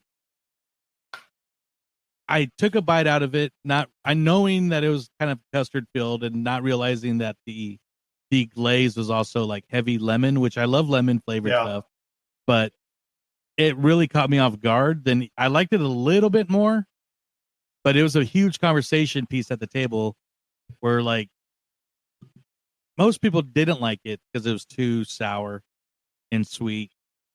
And I still wouldn't, I like traditional beignets the best. Jazz Kitchen still is my favorite at the Disneyland Resort. The baguettes. Over the Mickey beignets at the window, which notice they cut away some seating, but they made a switchback for the mint julep bar and beignet pickup, which is not part of Tiana's place like I thought it was originally going to be, but mobile orders on the opposite side. But so they made that little switchback, which will kind of control the line a little bit because it was still long. But other than that, no, it was really good. Like I said, I love that sandwich. I'm definitely going to try the house gumbo next time. I want to try the beef po' boy, so I will be there definitely multiple times. And I love New Orleans style food, cuisine, and the atmosphere. So yeah, I have a question about that. Did they change the music up at all? Is it music from the movie? I didn't even notice the music really. I'm sure there was music playing. Are you talking? I don't really recall music in the cafeteria queue. Outside, they usually have. The instruments were still there for the jazz band, but they were not playing when we were there because it was just before lunchtime. Yeah, Okay. same. I didn't hear music. I didn't notice music because you hear everybody talking inside the line. While I didn't see Tiana on my visit, I did see her outside of the restaurant on Saturday, and we got a picture with her. Nice. She was very engaging too. I thought she was. She was very like just. Oh, how's everything, y'all? And I'm like, this is really cool. Just kind of just. Yeah, the detail though inside. I mean, you saw the drum from the end of the movie where it's the Firefly 5 and Lou. They had the little mural in the back that had Evangeline next to Ray's little star. So I like the touches. And like Shawn said, like the coats for her mom, Tiana, Charlotte's coat. I mean, all that stuff was really cool stuff. Very, very, very great retheming. I will be there in 2 months to try it out. Yeah, I haven't heard him really have a lot of bad complaints about it. The biggest complaint I've seen from anyone is the beignets. Honestly, that's the biggest thing I've seen that people have not really been the happiest with. But everything else, I think everyone has loved it. And to-go boxes. If you don't want it to-go boxes, wait in line. Yeah, and I think Danny from Just Ask Danny made that very clear his first time there. It is not the same experience if you get it to go. I've always wanted to grab food and go take it out to the island and eat there. So maybe next time I'll take advantage of the to-go boxes and do that. That actually sounds like a fun afternoon. Yeah, for sure. Yeah, it would be. So, but Shawn, I mean, if you want to talk just briefly about some of your favorite parts of your 50th trip, my God, you did some fun things. I will just say shout out to the people that made it possible. I'm not going to name a bunch of names of people and stuff because you know who you are, who made my 50th birthday the best ever. Joey, your girl needs to work on surprises. I'm just going to I found that out. I'm going to throw that out. Met up with a lot of people. We had just such a good time. I was able to build a lightsaber, which was I never thought that was ever going to be in my cards because I'm not one to spend money on myself. And I didn't this time either. And I'm like, it's hard to let people do that, but they're like, we're going to celebrate you, and we're all doing this for you for your birthday. So craziest experience ever. I'm not going to lie. So I've seen it. I've seen the videos of it. It's the coolest damn thing ever. I did I know Alex, you did one too. I think for your birthday, right? I did the power and whatever the black one, because the black and red are my favorite colors.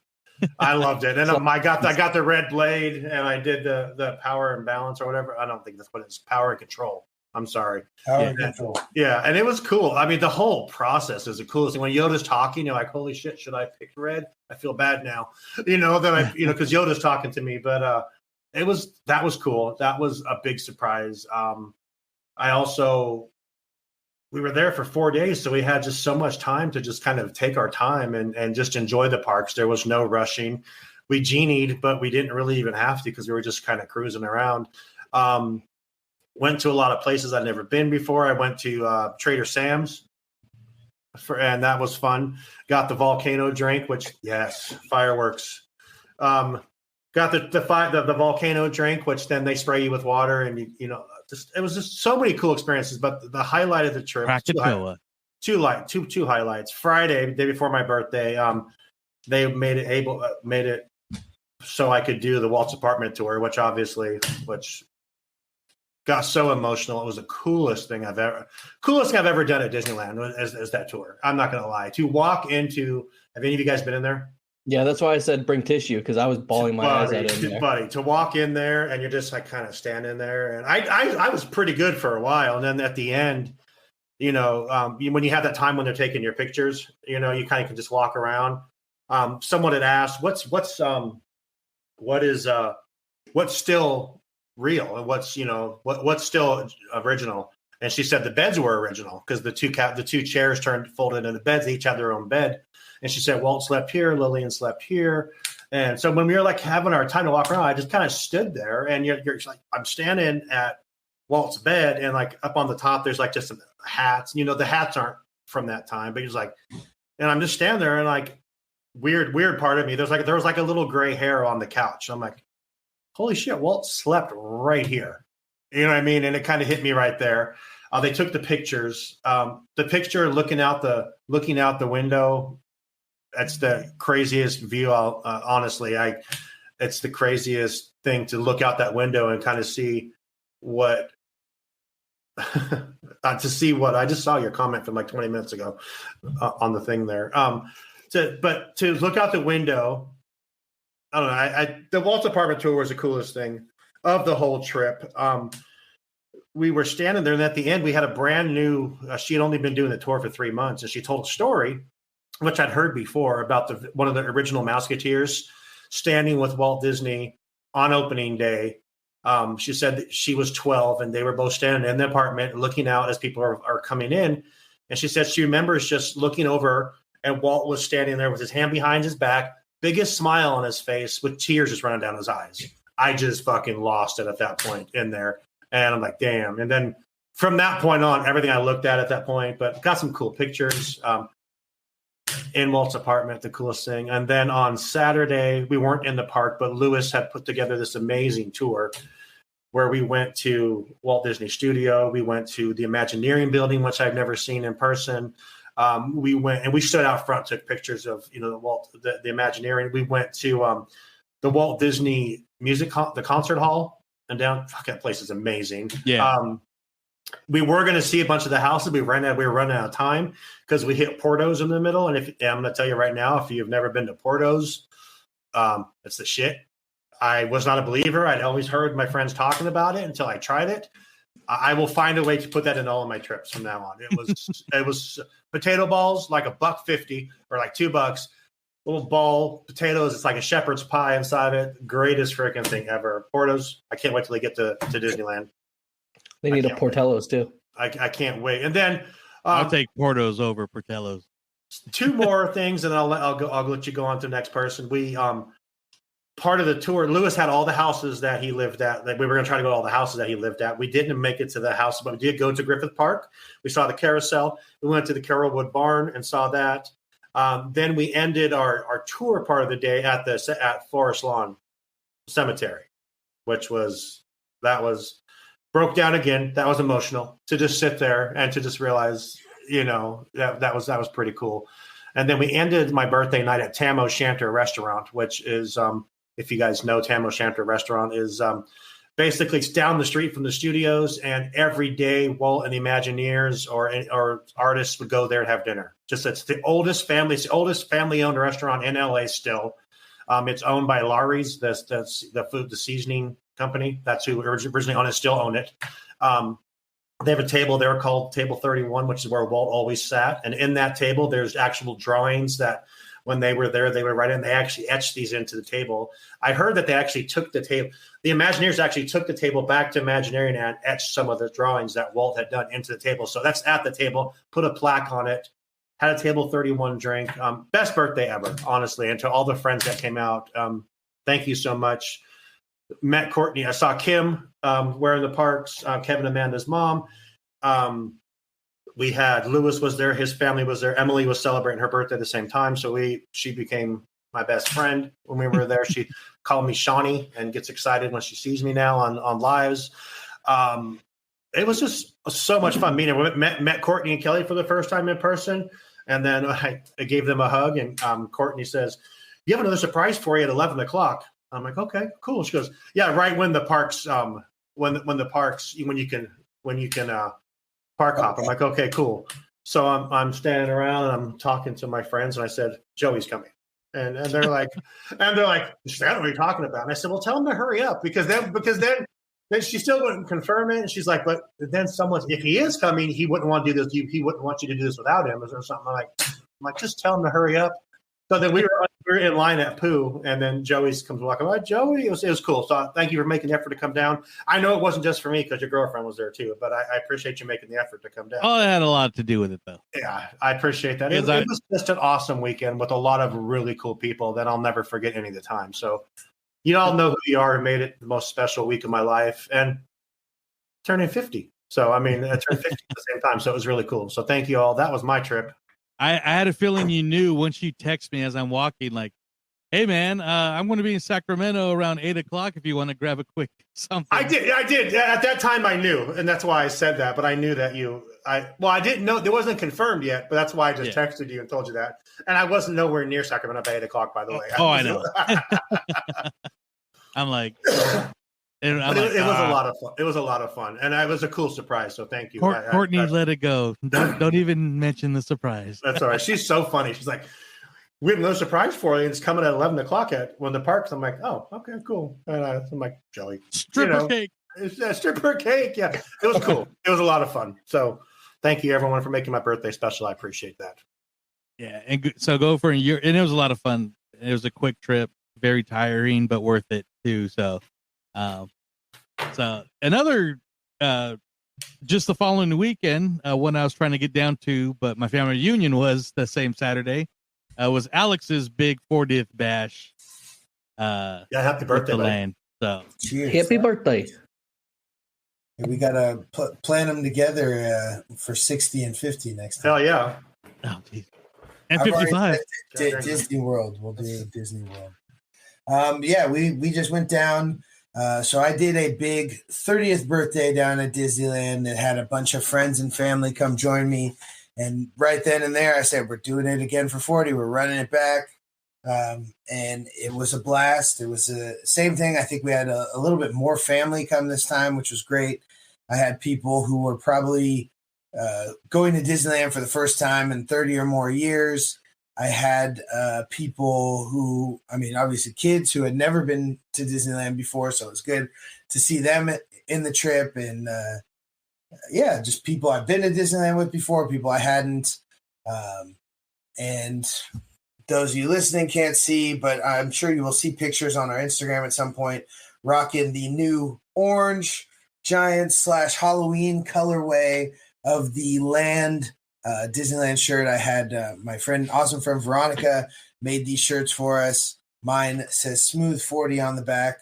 Addie and I were down there for 6 days. We were in the park 4 days on Wednesday, Thursday, using the back half of the California resident ticket from the summer. Nice. And then we had a 2-day park hopper for Saturday and Sunday. Wednesday and Thursday were great because we got to, make sure to get in all the things that I really wanted to do before everybody got into town. And then I was trying to make sure that everyone else got to do the things they wanted to do. One of those things was see World of Color 1, which I ended up seeing on Wednesday and Saturday because my mom wanted to see it on Saturday. Great show. I think all the work they've done on it, and don't get me wrong, I still like the original World of Color show the best, but I like what they did with, rather than trying to rely on video on water screens, it was more the different designs and things. I think one of the coolest things they did, I believe, was during the Moana sequence, when you see Grandmother Tala as her manta ray form flying through the water screens, and it kind of makes almost like a hologram, like a 360 or a 180 turn around towards the crowd. That was awesome. Seeing Star Wars and Marvel included in the Disney nighttime show like that was awesome. And whatever they did when it was being refurbed, those water cannons look like they're getting about 30, 40 feet higher than they used to. I'm sure it probably isn't, but it looks like it's getting just as high as the Fun Wheel Pixar Pal Around back there, which is wild. And then just the choice of movies and songs. Obviously, it's gonna rely more on current IP and stuff that the kids and families know now. But for me, I think a lot of that also boiled down to the newer stuff with, and I think they leaned a little bit into multicultural representation in that show. Of course, you got Encanto, Coco, Soul, Mulan, Pocahontas, all represented in that show with beautiful music, some deep cuts. So I thought that was cool. The Waiting on a Miracle from Encanto, that was a cool moment in the show. And the Soul moment got me going. So yeah, it was a great World of Color. Happy to see it twice. Let's see what else. Food, I was excited to try the spicy corn dog at Corn Dog Castle. Lived up to the hype with that raspberry sauce and serrano peppers on the outside, hot Lincoln pepper jack cheese on the inside. That was awesome. The birria ramen, I think we enjoyed overall, even though it was one of those weird mobile order windows where it gets real backed up and I had to wait like 25 minutes for your mobile order after you check in. So Addie wasn't too pleased about that. To me, I think they tried to blend ramen broth and the consomme from the birria, and I think they should have just done the consomme from the birria. It would have had more flavor. This kind of felt like it was a little watered down. It was good. Noodles, beef, very tasty, hearty, good. It's going to be a great wintertime option at the Disneyland Resort. The nudes, yes.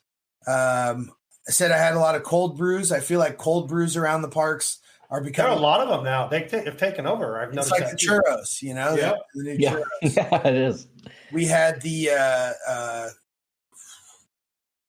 horchata cold brew at Rancho del Zocalo, which was like 2/3 horchata and 1/3 coffee. I could have went for a more half and half on that if I knew how they were going to pour it. It was very tasty, but just wanted a little bit more caffeine. I had the chicory cold brew at Tiana's, was good. Had the chicory coffee at Cafe Du Monde in New Orleans. It's a very exclusively New Orleans flavor. So real good that they had that there. And I know they had the chicory chimney sweep cold brew at Jolly Holiday as well. I think this is similar, just different foam on top. And then I had the banana pudding or banana Foster cold brew, the one that they have at I always forget the name of the place in Tomorrowland Terrace or Galactic Grill. Yeah. That was good. I still call it Tomorrowland Terrace still. Nilla wafers for Mickey ears. It was a good photo. I got that and my Darth by chocolate at the same time. Oh, Darth by chocolate. Woo. I was excited to have again. All right. Everybody got to know real quick though. Cold brew rating. Of the ones I had, I mean the cookies and cream that was at Pim's last trip was still better. I didn't get to try the new one at Pim's, which is it's your WandaVision cold brew. I guess dedicated to Agatha is the Witches of Westview, and it is a ube with toasted marshmallow, which did sound, and I'm sure would have sounded good and made for some great Instagram pictures. But the cookies and cream one was amazing. Nice. Of the ones I had this trip, it's tough. I'd have to lean towards the banana just because the coffee to flavor distro was a little better. But the horchata one was really good. It just felt like I was drinking cinnamon horchata. Yeah, I wanted the chicory one, but the banana one sounds good. My mom does a banana pudding with vanilla wafers. Yeah, and that was tasty. I could just taste that, but with coffee. So, let's see. Yeah, being with all the friends and family is great. Reminds me of going for my first trip. It's probably like 4 or 5 at the time, but with my grandparents. So always good to be back in the park with my parents, with my wife now. I think I mentioned before, but having those 2 days without everyone was good because after our trip in August, I was like, man, we really smashed the park.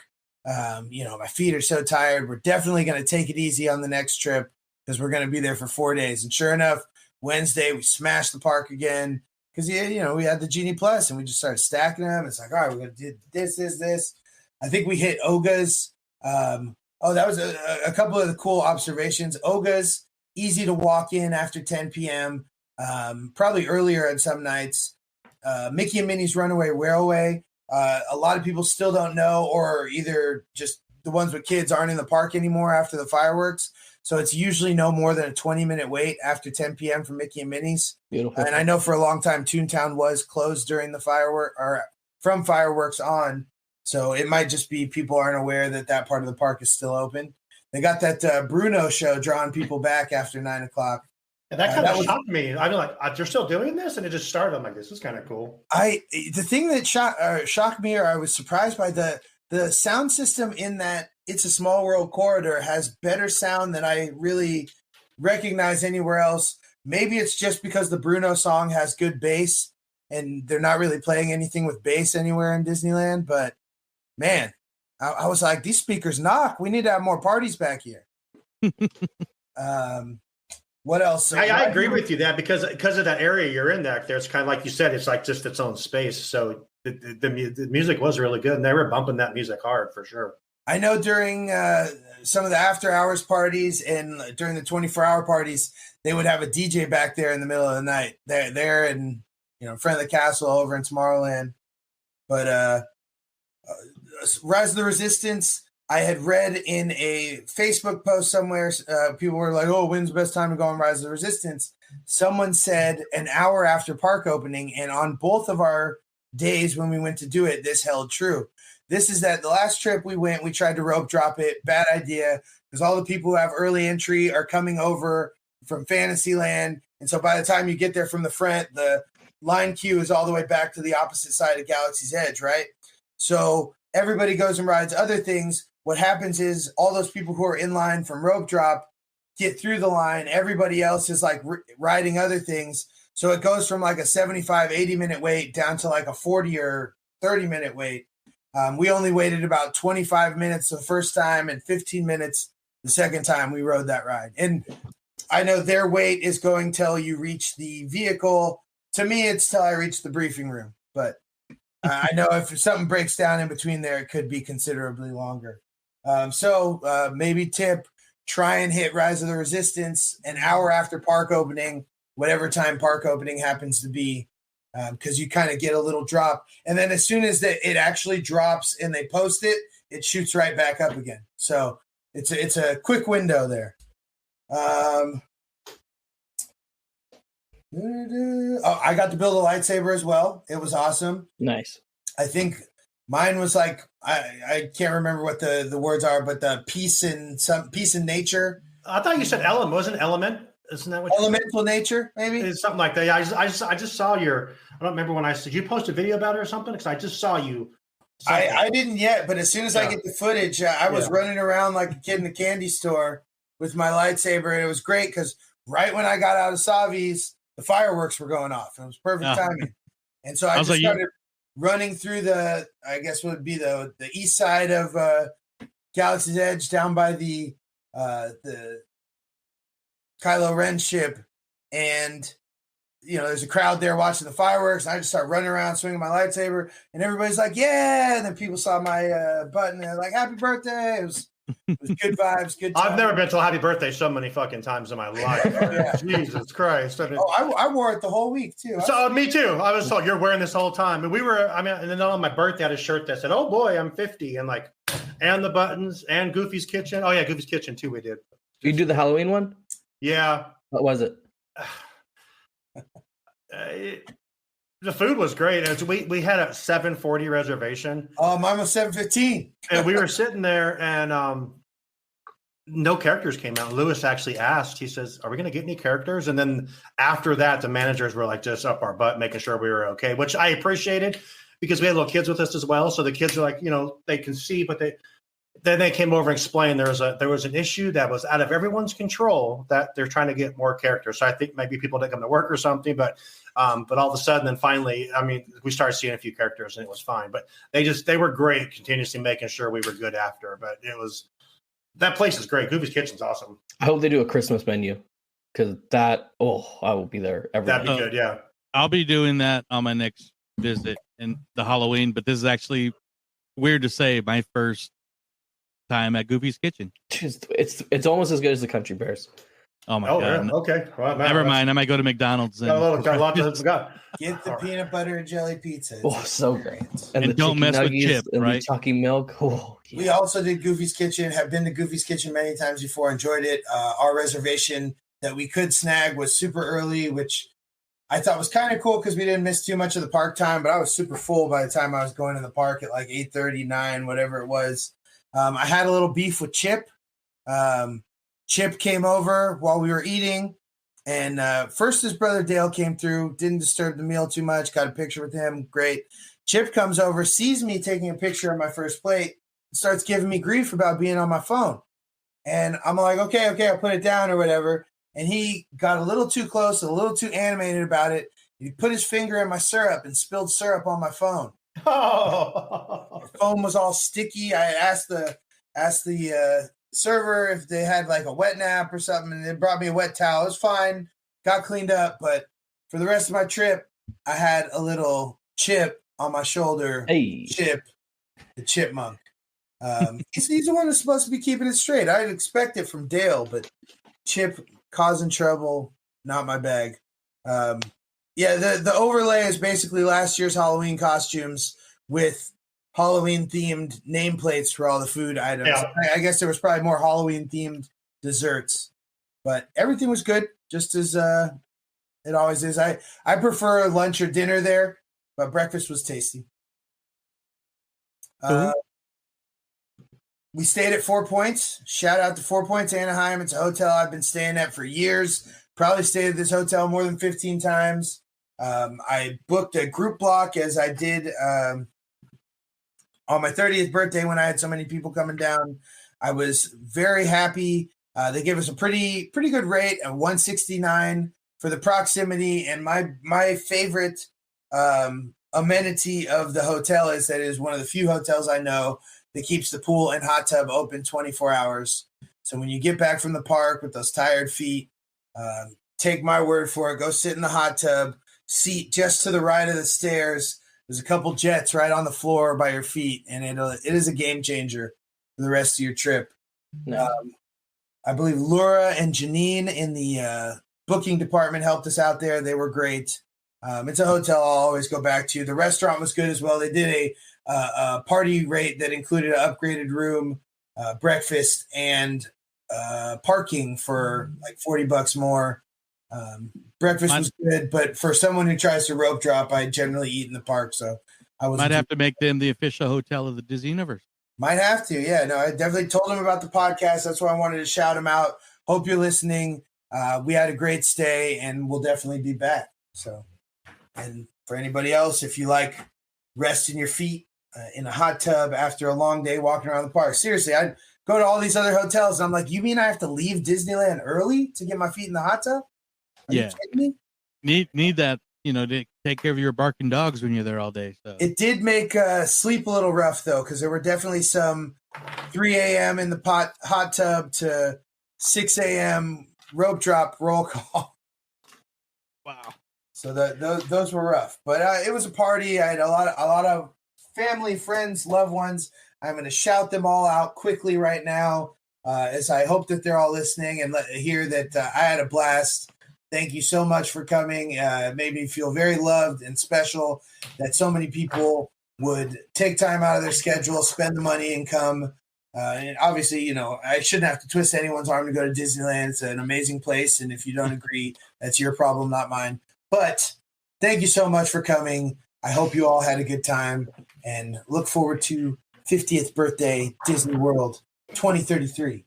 Let's go. My cousin Sarah, her husband Andrew, and the kids Owen and Alice, as well as my aunt Nancy, my aunts Belva and Renee, and my cousins Monique and Shelby, my good buddies Danny and Tony from high school, my friend Ross with his family, Eileen, Raiden, Landon, and Eileen's brother Patrick, my good friends Jen and Nate's sister Rachel and husband Austin, good friends Alex and Ben, and we even got a little guest appearance by Ben's cousin Jasmine on our brewery day when we were down there. Addie's cousin Ryan and partner Rose, my beautiful mother and father, Roland. We got to experience the It's a Small World scooter boat, the boat where you can actually pull the scooter on. It's a little bit of a snafu, but we still managed to sail the happiest cruise that ever sailed. And that was a fun, different experience. My sister Nicole, her husband Ian, and my nephew Leroy. It was great waiting in line and meeting Mickey Mouse with you. 3 words he says were mouse, bye-bye, no, and bubbles. I guess that's 4 words. And then I come to realize at a certain age, you could take them to see trucks in a park, or you could take them to Disneyland. It's really us that enjoy going to Disneyland, and seeing them enjoy it too is great. But he enjoyed the mouse. He enjoyed the bubble gun, the bubble wand. Our good friends, Cisco IPA fan, his wife Veronica and the kids Rosie and Vinny came through on my brewery day, brought some awesome beers and hung out with us at the pool. Jesus as well. If you're a fan of Fresh Hops Podcast, we had him on our last episode. Papa Hoppy came down to drop some beers and hang with us, and we ate pizza skulls by the pool. That's another. I'm totally blanking on the name of the pizza place. I apologize, but this local place in Santa Ana makes skulls. They could almost be pizza balls, like from Doctor Strange. Hey, waiting on those.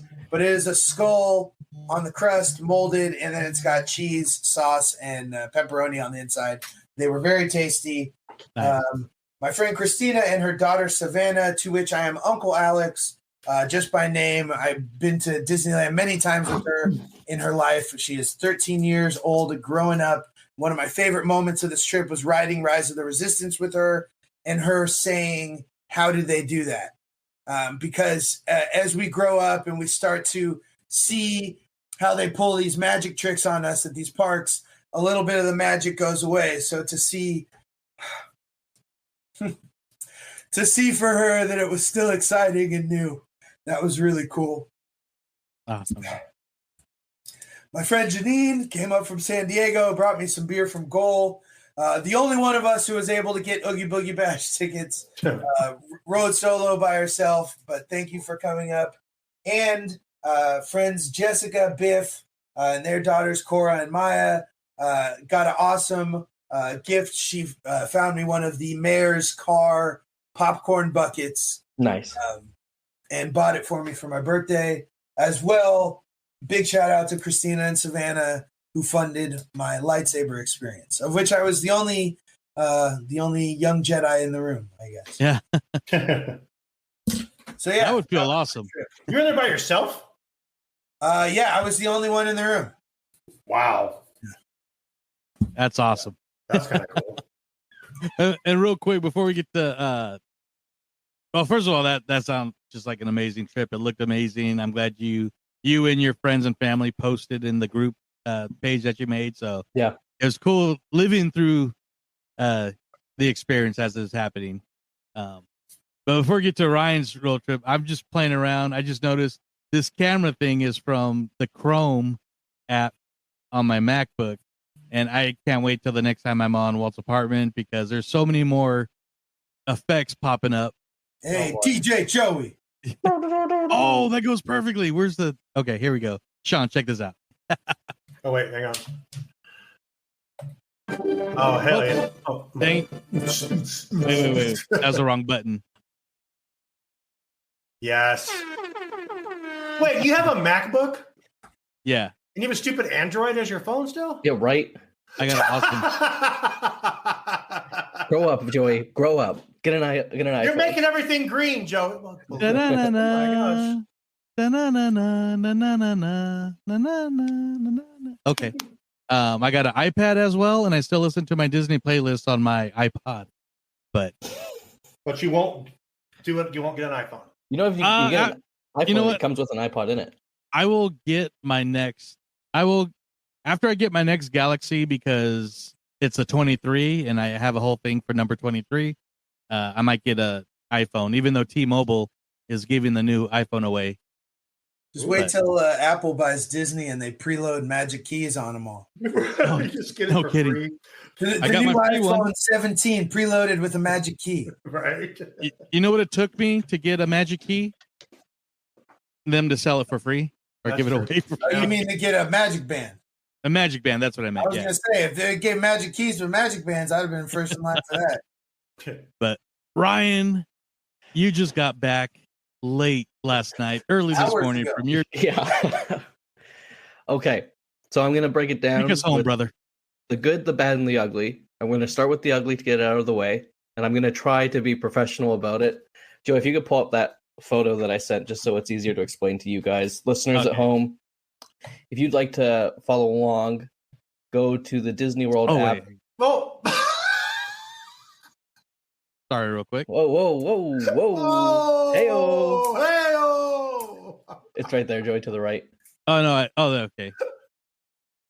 If you want to zoom in, I don't know if I can. At Magic Kingdom, not you, Joey. Sorry, the people at home. Well, they can't see it.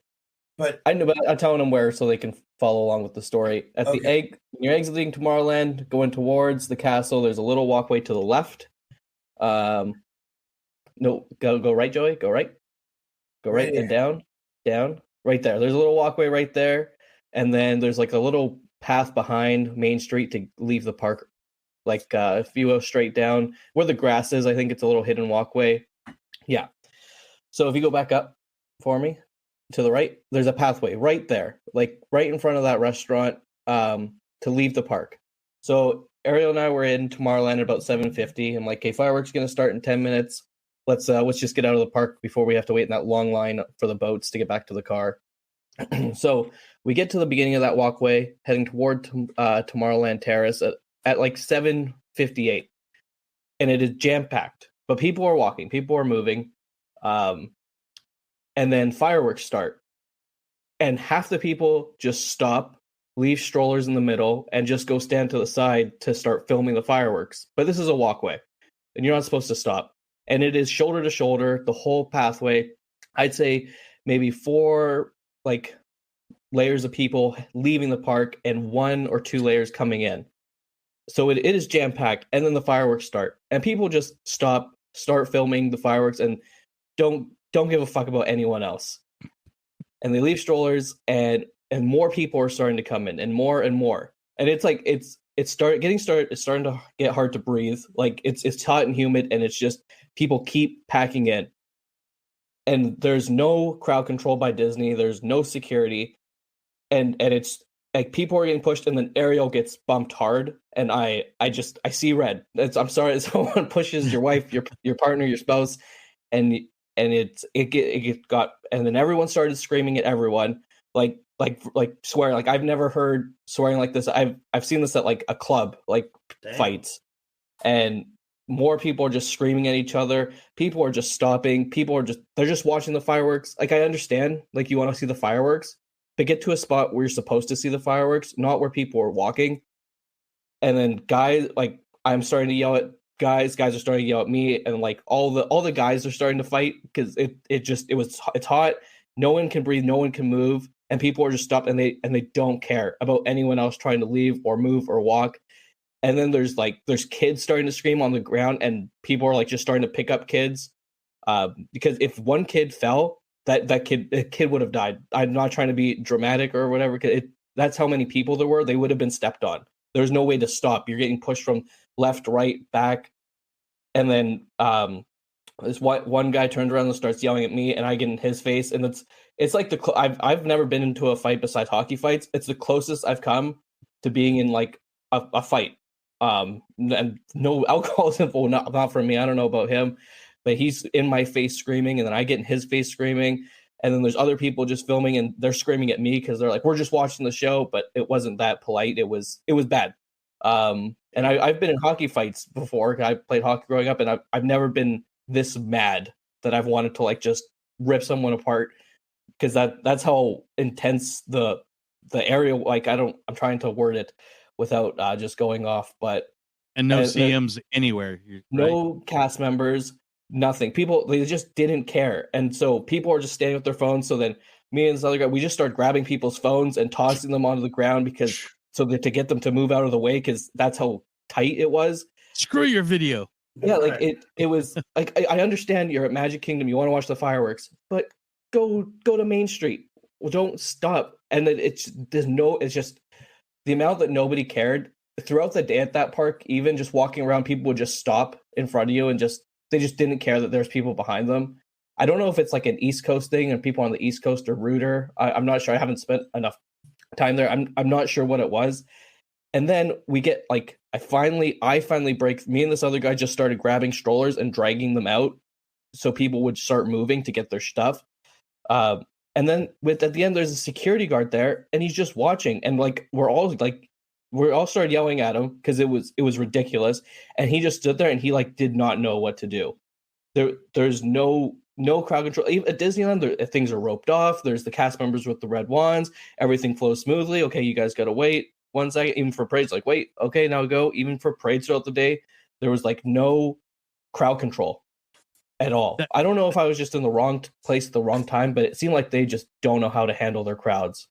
And yeah, so that was yeah. like, it sounds like the video that was it you, Shawn, or that you guys or Lewis posted when we were talking about it on Walt's apartment with the lady working the card, but there's one cast member that was next to her, not even like helping out with a situation. Oh yeah, that was a bad situation too. Yeah, this seems. I'm sorry to cut you off. I'll let you finish, but it's like seems like there's so many more of these kind of like incidents at Disney World over Disneyland. I know we had the Toontown fight, but you're constantly seeing like fights and arguments and chaos at Disney World.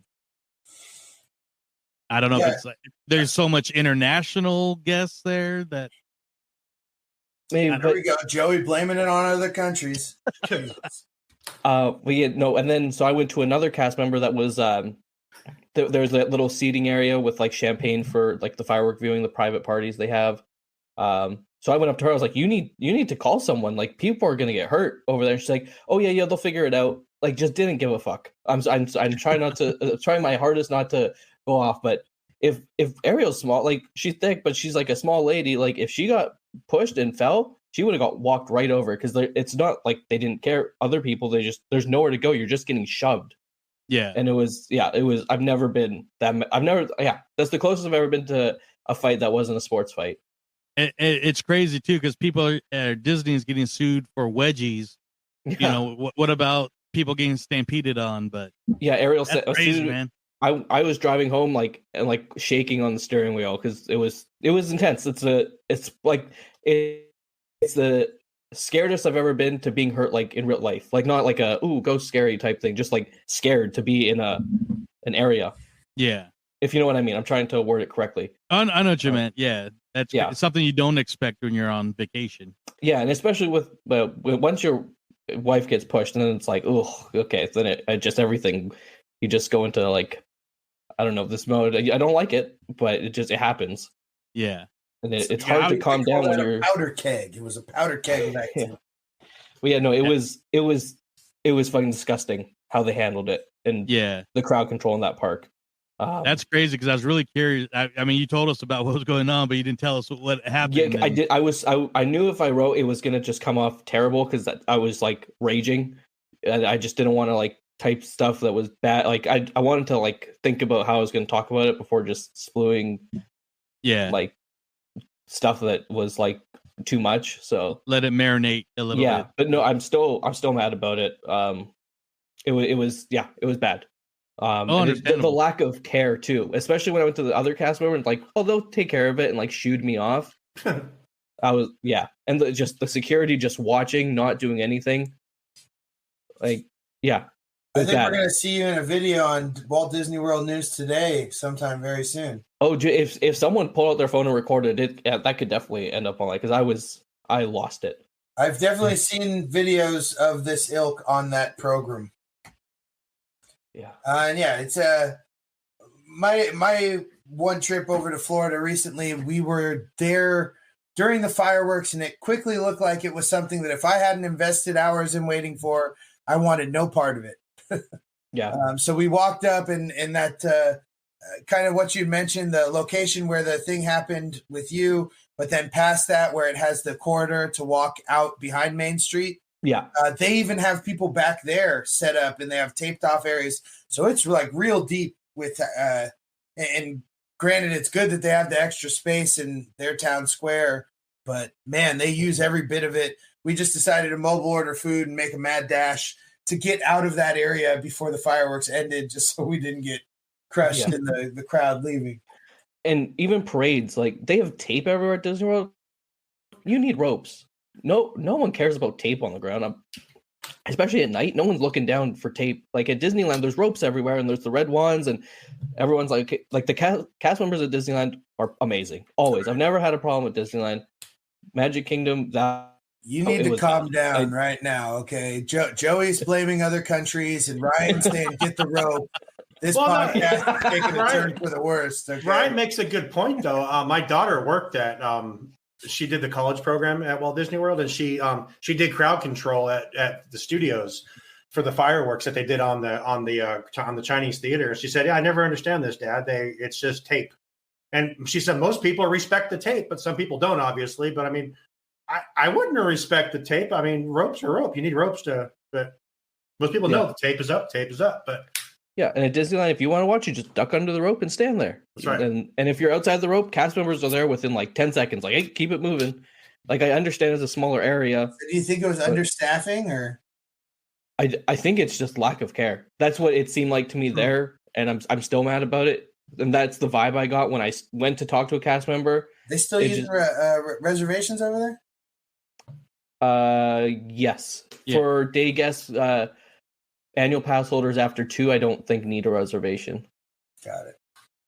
So, yeah. I don't know. It wasn't like crazy. Like it was busy, but didn't seem crazy busy. But just like the lack of care for others from all guests at that park. Both days I was there, they just see people they're in their own little world and they don't care. Specifically at Magic Kingdom? Yeah. Animal Kingdom, I love, but that's our favorite park. Epcot was great. Hollywood Studios, we were there for half a day. No problems. It was great, but just Magic Kingdom, people just seem not to care. And there's another story, but I'm not going to tell. I can tell you guys off air because it's probably not on air. It's just with stuff going on in the world right now. I'll tell you guys if you're interested off air. If you want to join the DU crew and if anyone's interested, it's probably just not a great story to tell with what's going on right now, but in the world. But yeah, I can tell you guys that story later. Oh, that's bonkers, man. So what about the good? Well, we got to go to the bad, and we're gonna go over. Oh, that wasn't the bad. That was the ugly. Oh my god. I feel like we need to add another good category to like balance it out. No, I have a lot of good. I have a lot of good. Okay. So we're going to go over to, I know it's a Disney podcast, but you guys know I'm a big Halloween guy. So we went over to Halloween Horror Nights we went over to Universal for Halloween Horror Nights, and we paid for the Express Pass, which is not cheap. That night is like $1,000 a night Canadian. Universal Halloween Horror Nights Hollywood, the Express Pass, if the wait is an hour, you're waiting maybe 10 to 15 minutes. If it's 2 hours, you're going to wait maybe half an hour. All the houses they were about 75 minutes for like the non-IP houses. So Stranger Things and The Last of Us were about 3-hour waits. Woo. And we waited about 2.5 hours. With the Express Pass? With Express. And the 75-minute waits, we waited about 50 minutes. So they've clearly oversold the Express. And it's a lot of money to drop to skip the lines. And there was no skip. 10 to 15 minutes when you're waiting like over an hour. It's not another $500. They're facing people pretty hard too. Yeah. No, and it was crammed, nut to butt, the whole every house. Oh wow. Yeah. So I think they've just oversold, which I get for a company, make as much money as possible. As a guest, it sucks. We went to SeaWorld the next night. The houses were all about an hour wait. We got through the whole park in 55 minutes because the Express worked. We just walked up and you walk in. So maybe I know there's a lot less people at SeaWorld because it is a new Halloween event they're having, but that is how Express should work. That's how it works in Halloween Horror Nights Hollywood. You sell a certain amount, the price is higher, but you get what you pay for. You want to get everything. So you got to prioritize. We see it with Genie Plus too. I mean, obviously, you still might end up waiting a while if the Genie or Lightning Lane gets long, but they prioritize the people who spend the money. You kind of have to. Yeah. So yeah, that was the bad. The good, I love Animal Kingdom, man. That park is amazing. I know. The food is amazing. The rides. I want to talk about. We'll go to the new rides that I didn't get to do my first trip because Magic Kingdom was closed, or that were not open yet during COVID. But yeah, Animal Kingdom, that's our favorite park. We went to Yak and Yeti for lunch. We had this like salmon, shrimp, rice, bok choy dish. It was amazing. I got the pulled pork mac and cheese just from outside. It's tough to be a bug. That was amazing. That's the best mac and cheese pulled pork combo I've ever had. That's what I've had the last 2 times too. Yeah, and they had the pickles on top, and it's amazing. It's tough to be a bug. One of my favorites from DCA. Unfortunately, Hopper, the animatronic, They said hadn't been working in a few weeks, which kind of sucks. And Flick's mouth didn't move, so you can kind of tell that attraction's not getting much love. It was there's barely anyone in there. So I don't know if it's just, I guess it's not a priority for them because it's not really a people eater for them anymore. I don't know if it ever was. It was when I was there. There was actually a wait in a full auditorium, and that was a year ago. But it seemed from Destination D that is looking like it's going to be the new Zootopia experience. Yeah, which makes no sense for it going there, but yeah, and that's another show. All these animals that have an advanced community now live in a tree. Yeah, under a tree. Exactly. Didn't even think about that. Epcot, we had a half day at Epcot. That was a lot of fun. We got to go on Guardians twice. That ride that's the future. What's the wait for that ride like? Because when I had, they were still doing virtual queue. So the first time I bought the Genie Plus for it, so it was like 10 minutes, and then we had virtual queue for the second one. There were still virtual queues till the end of the night. Use virtual queue for it. Yeah, but it's like it's not gone right away. Like it was there all night. You could have jumped in line, which was interesting. But you need to get a virtual queue to get in line. There's no standby yet. Yeah, but anyone could have got the virtual queue, and that was maybe like 40 minutes. But you can only get it once a day, right? So it still limits how many times you can ride it. Yeah, yes, you can buy it once, and you can do virtual queue once. Yeah. Which I guess makes sense. Make sure everyone gets on, which is fine. We got on twice. Got 2 different songs. Interesting, because most of the other rides shed their virtual queue, before that time. That one's still going strong. Is Tron still also a virtual queue? Yeah. So we got the virtual queue for Mickey's Not So Scary, and we got to ride it at night, which was awesome. And then the next day I was at Magic Kingdom. I was trying to. You mean in the Halloween party? They have a separate virtual queue. Yeah, at 6 p.m. they have one. And then the last night we were there, the night of the incident, we were trying to. I was trying to wait out to buy it for when it got dark and then we went on a ride. I went on going into Haunted Mansion. It was at 5:40 p.m. I was like, okay, I'll get these when we get out. And I guess by the time we got out of Mansion, it turned to like the nighttime you could purchase it. And I guess that's what everyone was waiting for because they were all gone. So from like 5:40 to 10 p.m. sold out in like 20 minutes. So they don't have it so you can pick the time of day with the paid Lightning Lane? I didn't even try. So maybe they did and I just messed up. Because I thought that with the paid Lightning Lane you could choose the time slot.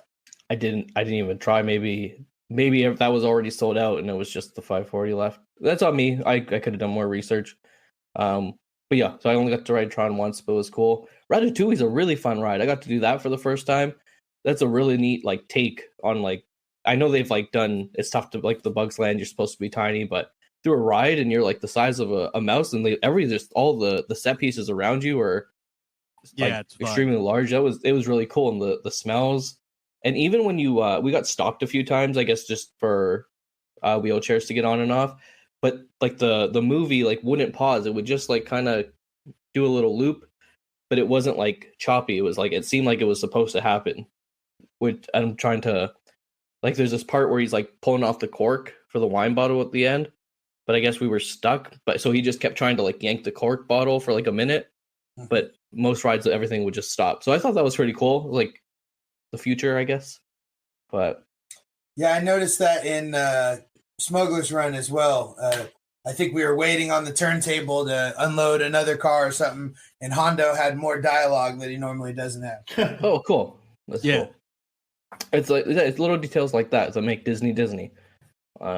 Did you ride Mickey and Minnie's? Have you ridden that yet? I did it. We did it at Disneyland. So we skipped Mickey and Minnie's and we skipped Galaxy's Edge just because we only had a half day in each park. So, and we're going to Disneyland next month. Yeah, early December. So we're in October. Yeah. You'll be in Disneyland soon. Yeah, we leave in 57 days. I got a little counter going down. But yeah, so we just skip those because we can get those at home. So, but yeah, besides that one incident, we had a very fun trip. Universal's fun. Was there anything new at Universal? I got to do Hagrid's for the first time at Universal. That ride is really fun. I heard it's cool. I wish we had it. It's really cool. Yeah, it's time for me to lose some weight though, because they kept asking me to do the test seats when I was getting on rides. So I was like, time to have a Universal. Yeah. But yeah, we it was a good trip. We got a little taste of everything in Orlando. Ate a bunch of Portellos. Had Portellos like 3 times. Had White Castle once. Ariel almost puked. So she's like, "Why are they wet?" I'm like, "It's this White Castle." But she just said White Castle, not Wet Castle. Yeah. But it was a very fun trip. Besides that one thing, but it was a major thing, so I didn't want to talk about it. I had a fun trip. Cool, I would like to go back at Christmas time to Universal because my favorite all-time movie is the Jim Carrey Grinch movie. So, and I know they have him out and about. They have a whole Whoville set up, so I'd like to do that. But I had a fun trip. The humidity is very different from Canada, so Ariel's having a rough time with that. But yeah, I had a fun trip. Yeah, that's awesome. Sounded good, minus that little issue. Yes, yeah. I know I'll be posting photos. Of the fight? No, I did not have my phone out because I was trying to leave the park. Don't get me started. No, I'm just kidding. But yeah. Oh, well, sweet. So, I think that's it for this episode. This is a fully loaded episode. I know we were probably going to talk a little bit about MouseCon. It's coming up. I mean, we're looking forward to it. We have some ideas. Alex is looking for a pre-brewery, maybe do a little pre-funk Saturday before. Yeah, we're going to the museum the Saturday before. Yeah. So, so we will be posting throughout Disney Universe, and I'm sure Walt's apartment some ideas. We're going to be recording from there. Now, I don't know about live yet, but we'll try to do what we can. I'd like to get a lot of video too, because some fun guests. But I don't know. I would love to do just roaming reporter kind of stuff like we were talking before. I think it'd be so much fun. We have enough people there. We can say, hey, Alex and Cole, go do brewing and coffee. I freaking love that idea now, actually. We'll be recording from the table, Marvel Tribe, DU. I mean, whatever. Yeah. All the hosts will be there. It's going to be fun. It's going to be a really good time. I'm looking forward to it. Like I said, I was there last year for an hour. Just checking, just checking it out. And I'm like, well, we're going to do this. And I told Joey last year at that time, I said, next year we're together doing this and it'll be fun. Who was the people next to you? So that was Clocky. He does a Sent from Disneyland podcast and sends postcards every time he goes to the park. Scott, who's next to him, his friend, he's known as the Disneyland nurse. He organized the Nurses Day at Disneyland. And then the older gentleman, Leo, he kind of runs the Sacramento chapter of the Disneyana fan club. Are they going to be there as well? I know Clocky might show up. I don't know if they're going to have a table or stuff yet, but I know they're going to be there. I love where you guys were too. I guess where we're going to be. It's probably right in between the halls and. Yeah, so that was a last minute setup. We might actually be out in the lobby somewhere. Oh, cool! I would love to just get we took pictures like the cosplayers. I have a lot of ideas for that. Like you said, we're going to take it over. We have enough people to take that damn thing over. So we'll definitely have some little powwows before. And go on mousecon.com or you can see an awesome picture of me, Alex, and Joey right there on their website. I've never been featured on a website. That's kind of cool. Yeah, we were all excited last year, especially with the location of where they put our picture. So, yeah. It's going to be good. I'm really looking forward to it. It's just of course, 3 weeks away? That's so cool. Something like that. But I sent you that TikTok we talked about yesterday. I just saw it as we were sitting here. Oh, crazy. Yeah. So you can look at that and see what you think about that. So yeah, I'll check it out. And but before we leave, we'll kind of shout out our DU crew again and all that. But for anybody new to the show, this is a long loaded show, but this is the beginning of a new chapter for us. Something really excited for. We got some fun guests coming up. If you're into Lorcana, the new trading card game by Disney Ravensburger, we're going to be talking to a gal who does an awesome Instagram page. Me and Alex have been planning on getting started. There's some leagues going on here. This game is, you can't find cards. It's it's going crazy. So we'll be talking to her. We'll be talking to our friend Jason, Interactive Realm. He's an awesome artist, but he also does a podcast, Discovered Magic. So we're going to be talking with some of those guys. Steve, who runs MouseCon, he'll be on here probably during the Lorcana episode. So plenty of guests coming lined up, and more trip reports, more fun stuff going on. But so welcome to the Disney Universe. Welcome to the Tiki Cast. That's a monthly spinoff where I do with a Tinny Towel. She's an awesome musician. I was going to say artist, but people think drawing artist, but she's a singer and stuff down in Southern California. So we talk about our Tiki adventures and all that good stuff. And Disney related, yeah, but mostly Tiki and adventure related. So look for that. All these coming up on the Walt's Apartment podcast feed. And once again, Alex, can you shout out our awesome crew? DU crew, we love you. And those yous are Wedge Antilles, John, Jen, Superfan, and Jen from Florida. Please go check in with them at Walt Disney World and send them Ryan's complaints. We know that you'll take care of us, Florida Jen. I love the Magic Kingdom, even though Ryan sees red. But we know why. Darkness. Tyler, Sasquatch, Alfredo, Monique, and Shawn here. Thank you, Shawn. Thanks for being part of the crew. We're almost at double digits. So tell your friends to come join the crew. We can all get down, chat Disney, link up at cons and hopefully at the parks in the future. Yeah, absolutely. And I'm just going back to Ryan's story. That just shows you how immersive Disney is. You got a live feel of what the Stampede from Lion King feels like in Tomorrowland, nonetheless. So that was pretty awesome. Ryan, where can some of our new or all of our new friends find us on the socials and all that good stuff? If you like to interact with us, you can find us on Instagram and X at the Disney Universe Podcast. If you'd like to watch some of our Tano Tuesday reviews and some of Joey's videos that he's posted, you can go to youtube.com/DUTV. And if you'd like to listen to some of our old episodes just on Spotify or wherever you listen to podcasts at the Disney Universe Podcast. And all our new shows will be under the Walt's Apartment podcast. A Light in the Window production. Ooh, that sounds so official.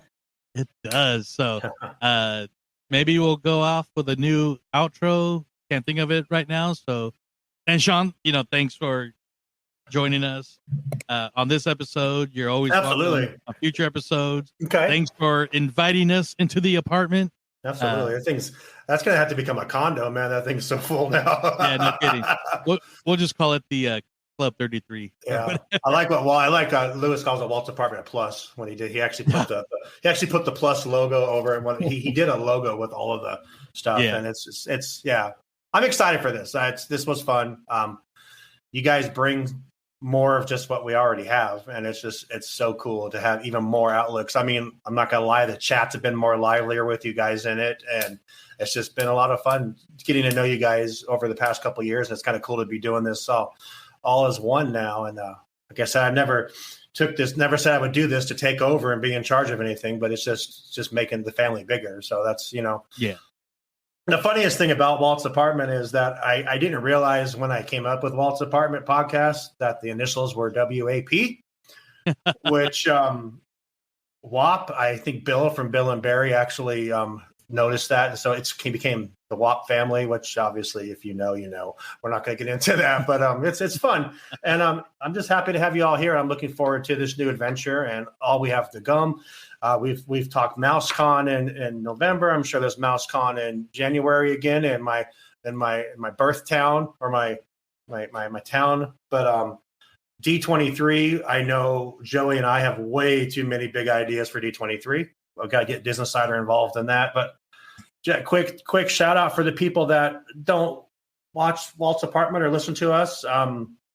Welcome. And like I said, if you ever want to come on our live streams on Wednesday nights, we all get together, and everyone that's part of our show, is welcome to always join and be part of it. So I love what we've created, and it's just getting bigger and bigger, and I appreciate all of you so much. So That's all I got to say. Awesome. Well, again, that is Doo-Wop number 1, episode 143 of the Disney Universe. So happy to be here. So I guess until next time, may the force be with you. Oh, Genie Plus is down at Walt Disney World right now. I just got I signed someone just tell me that yeah. Headline, instant news. Instant news. And also the Jacksonville Jaguars beat the Bills, so that's kind of weird too. So. But anyway, sorry. Oh, no, that's okay. Let's do it again. Until next time. May the force be with you. Till infinity and beyond.